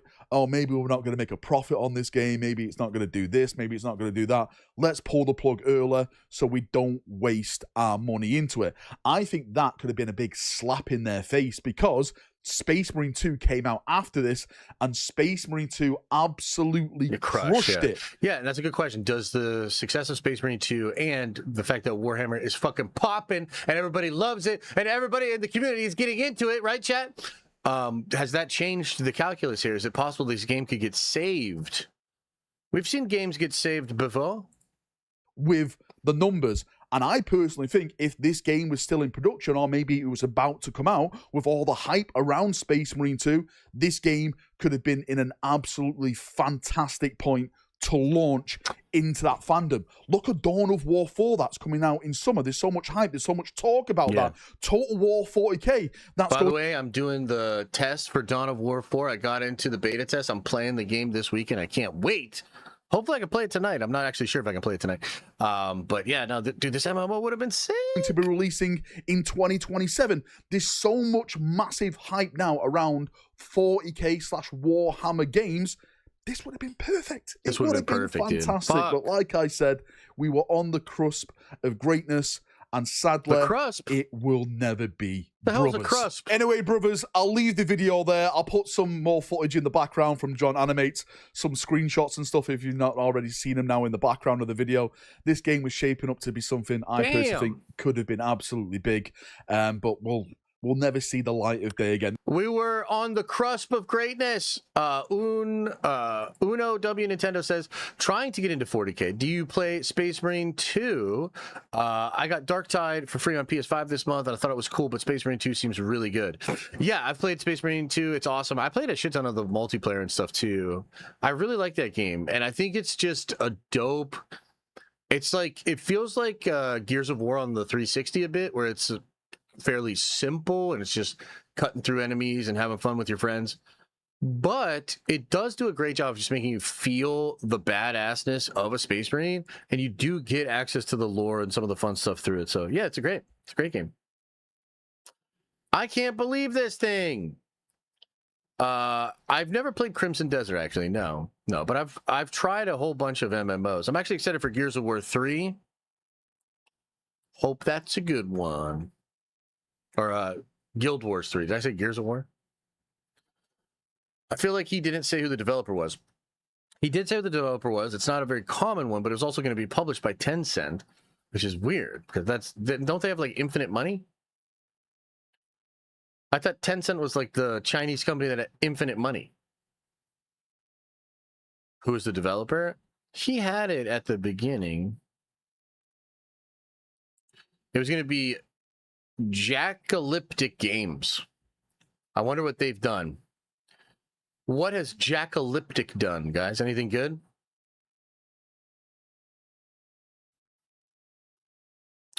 Oh, NetEase was going to publish it. Did I say Tencent? Isn't that kind of the same thing, or am I crazy? NetEase funded them. Jackalope Games was what they were priorly, huh? Interesting. Correct about Tencent? Okay, interesting. Yeah, I don't know, man. It's a damn shame. I would love for some energy to kind of be injected into this thing, and maybe they would rethink it, or somebody else could pick up the task. Dude, a Warhammer MMO set in the fucking Horus Heresy. Are you kidding me? You'd never see me again. My family probably wouldn't see me again. You know, it would ruin my fucking life. And I want it. I want it so bad. Come on. Oh. If you think this would be cool, share it. Force them to make it. Because we need more. Any thoughts, any questions on this, guys, before we end this segment? And then we're probably going to end the stream. I'll kick it for a little bit and just see what y'all want to say. But I'm probably going to get out of here soon. I need some foods. And I need to go figure out my veiny arm.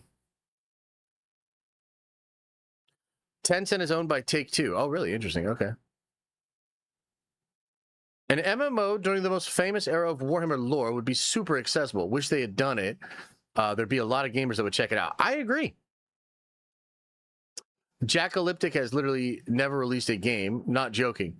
Yeah, they were formerly called Jackalope Games. So maybe look up Jackalope Games, but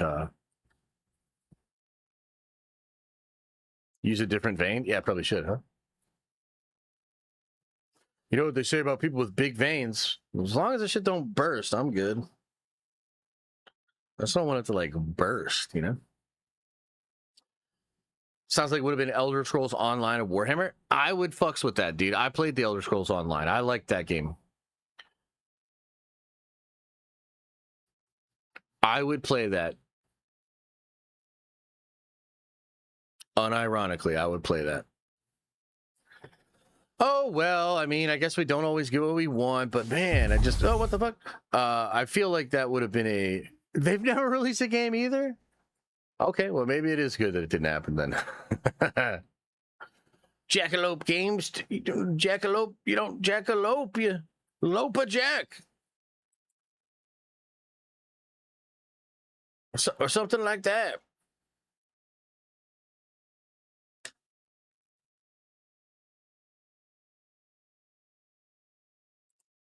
Jackalope? I barely know her. All right, that probably didn't make any sense. But all right, let's end the segment there. The point is, it's a damn shame. This would have been a perfect game. We're all getting into Warhammer, and so we're all really salty that this game got canceled. Make some noise, and let's get this game picked up by a different studio. Okay.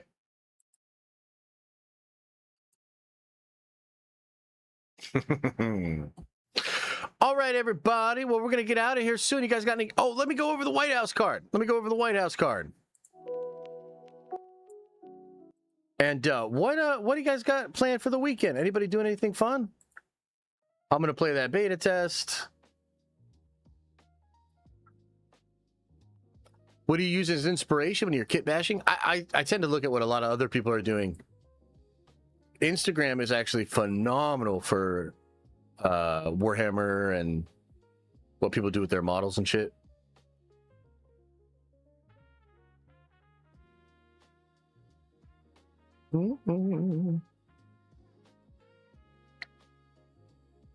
Sebastian Stan is playing Victor Zsasz. Tyler Henry's Harvey Dent. Wow. Okay. All right. All right. Yeah, okay. Pitch meeting? Sure. How long is that pitch meeting?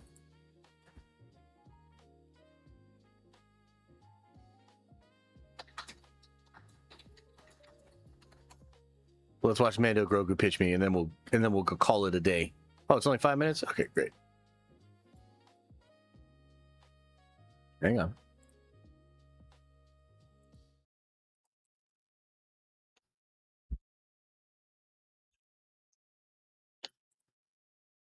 Okay, we got the pitch meeting for Mandalorian and Grogu, the latest Star Wars film that everybody loves, and it's definitely not a terrible bomb that nobody went and saw, and they are not making any money, and Star Wars is dead.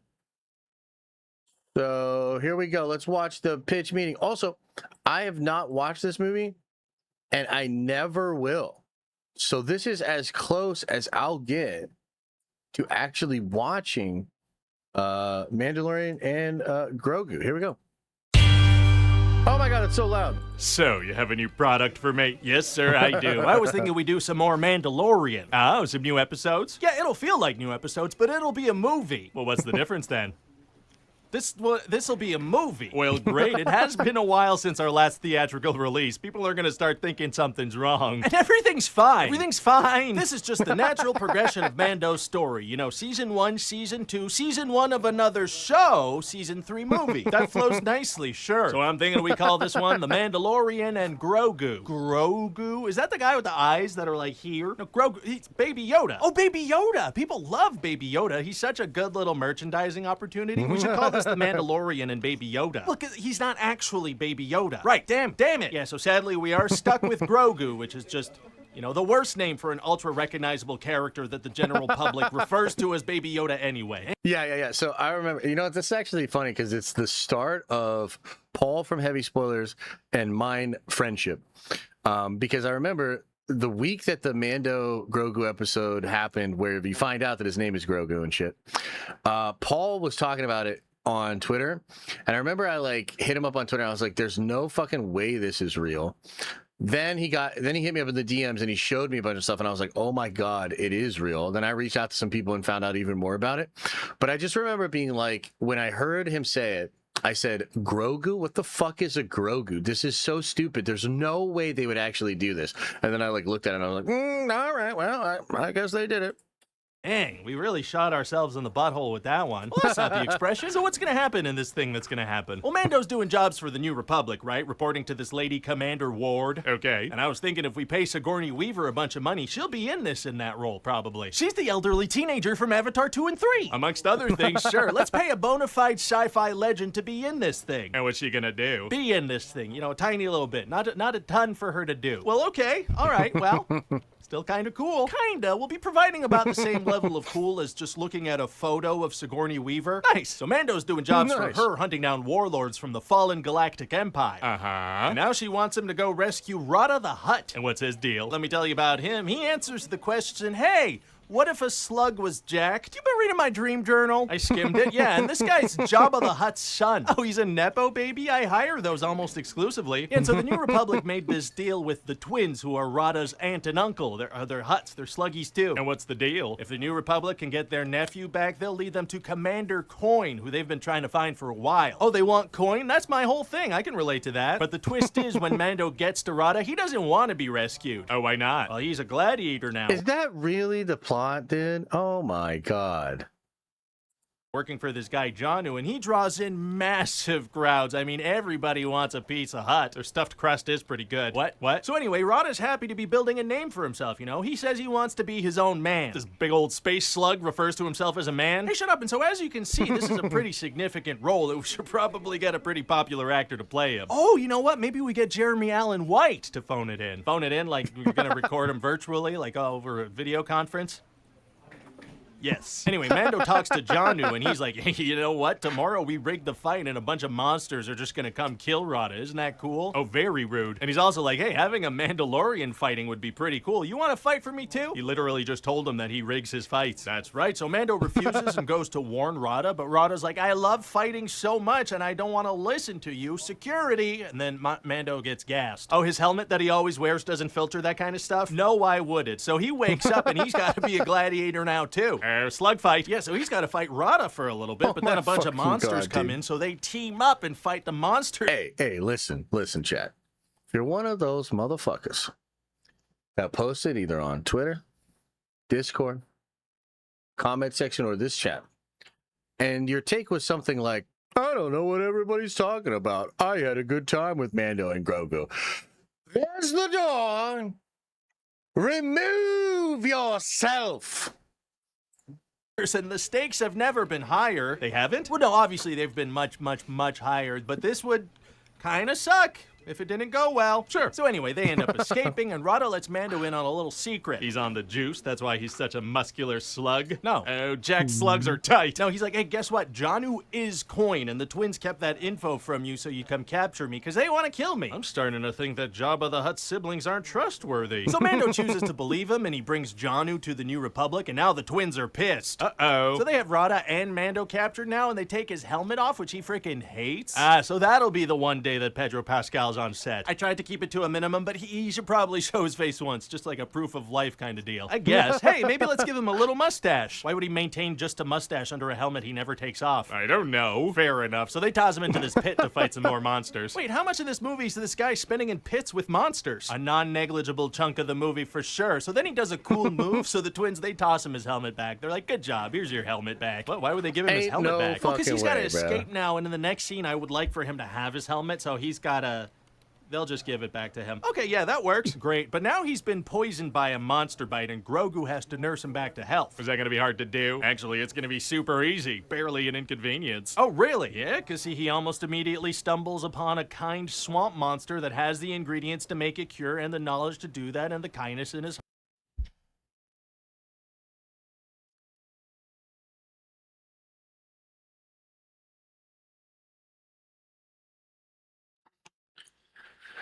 So did they like pass out SSRIs when people were going into the movie theater? Like, who are these people that watched this plot?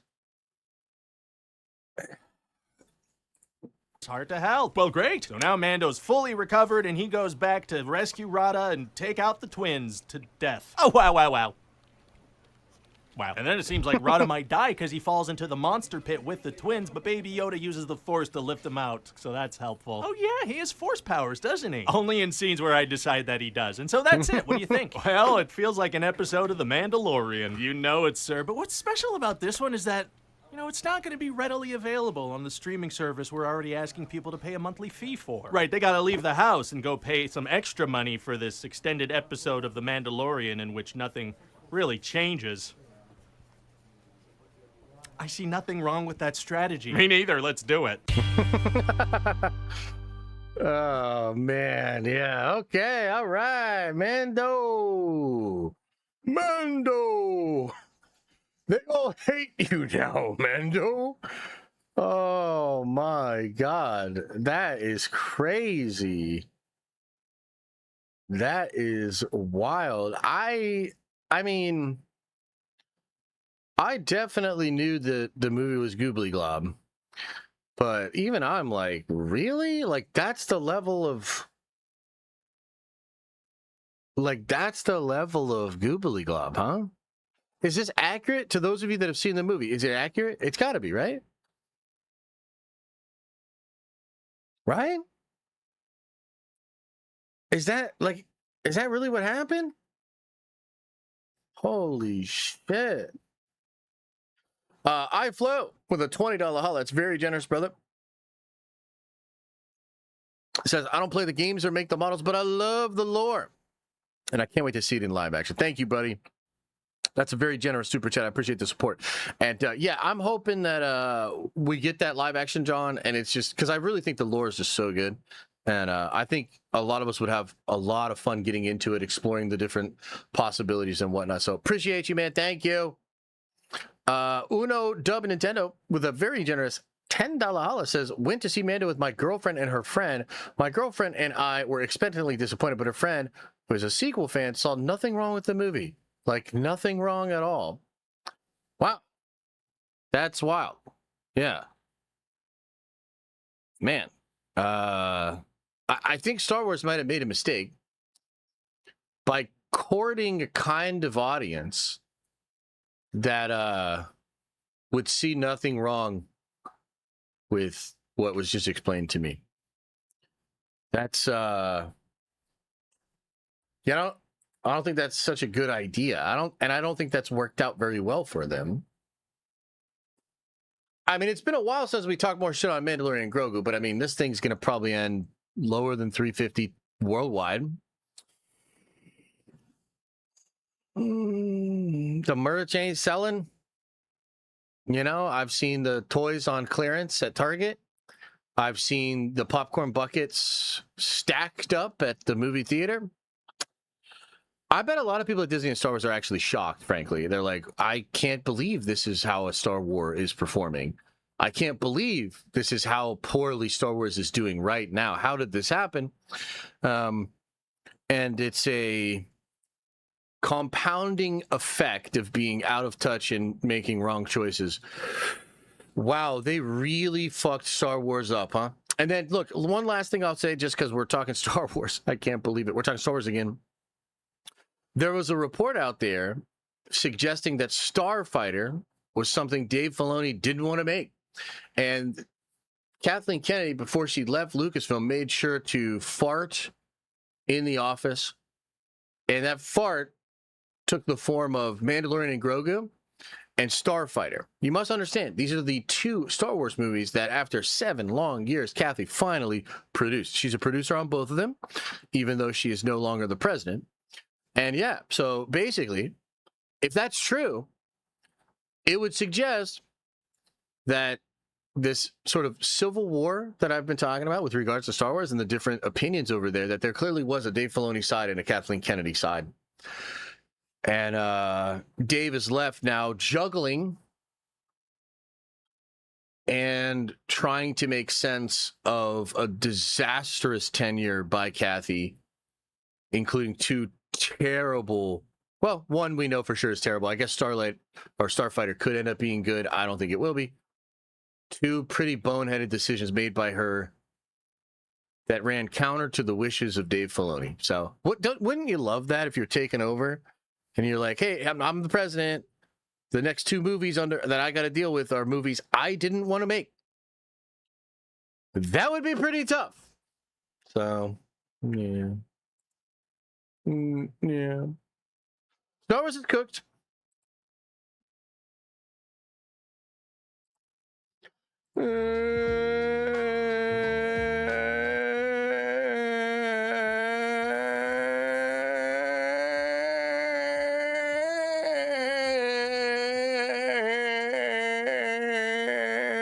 What would I do with Star Wars? Put it on the shelf for 10 years.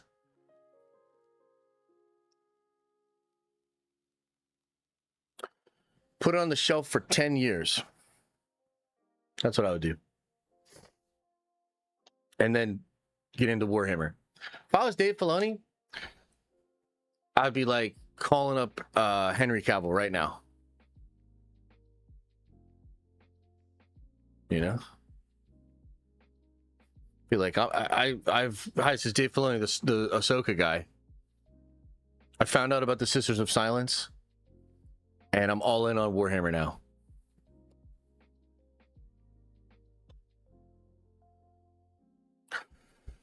That would be awesome. All right, everybody. Well, look, I'm going to get on out here. I appreciate you. Clips are going to drop tomorrow. Shorts will probably drop tomorrow as well. I am working on a main channel video. A lot of fun stuff. A lot of fun nerd venging. Oh, I didn't go over the White House card, but I'm too hungry to do it now. Real quick, I'm going to put money on Gaethje. I'm going to put money on Pereira. I'm going to put money on that bald, stupid, crazy, flagrant guy. Who else is fighting on there?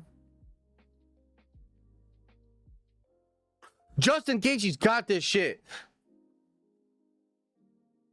Ilias doesn't look good, and his ex-wife took a chunk of his soul in the divorce. I'm telling you. I'm telling you. Put some, hashtag not financial advice, but put all your money on Justin Gaethje. It's better than SpaceX. Hashtag not financial advice.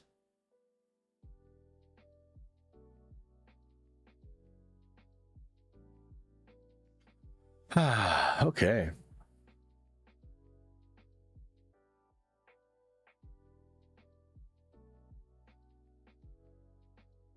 Yes, okay.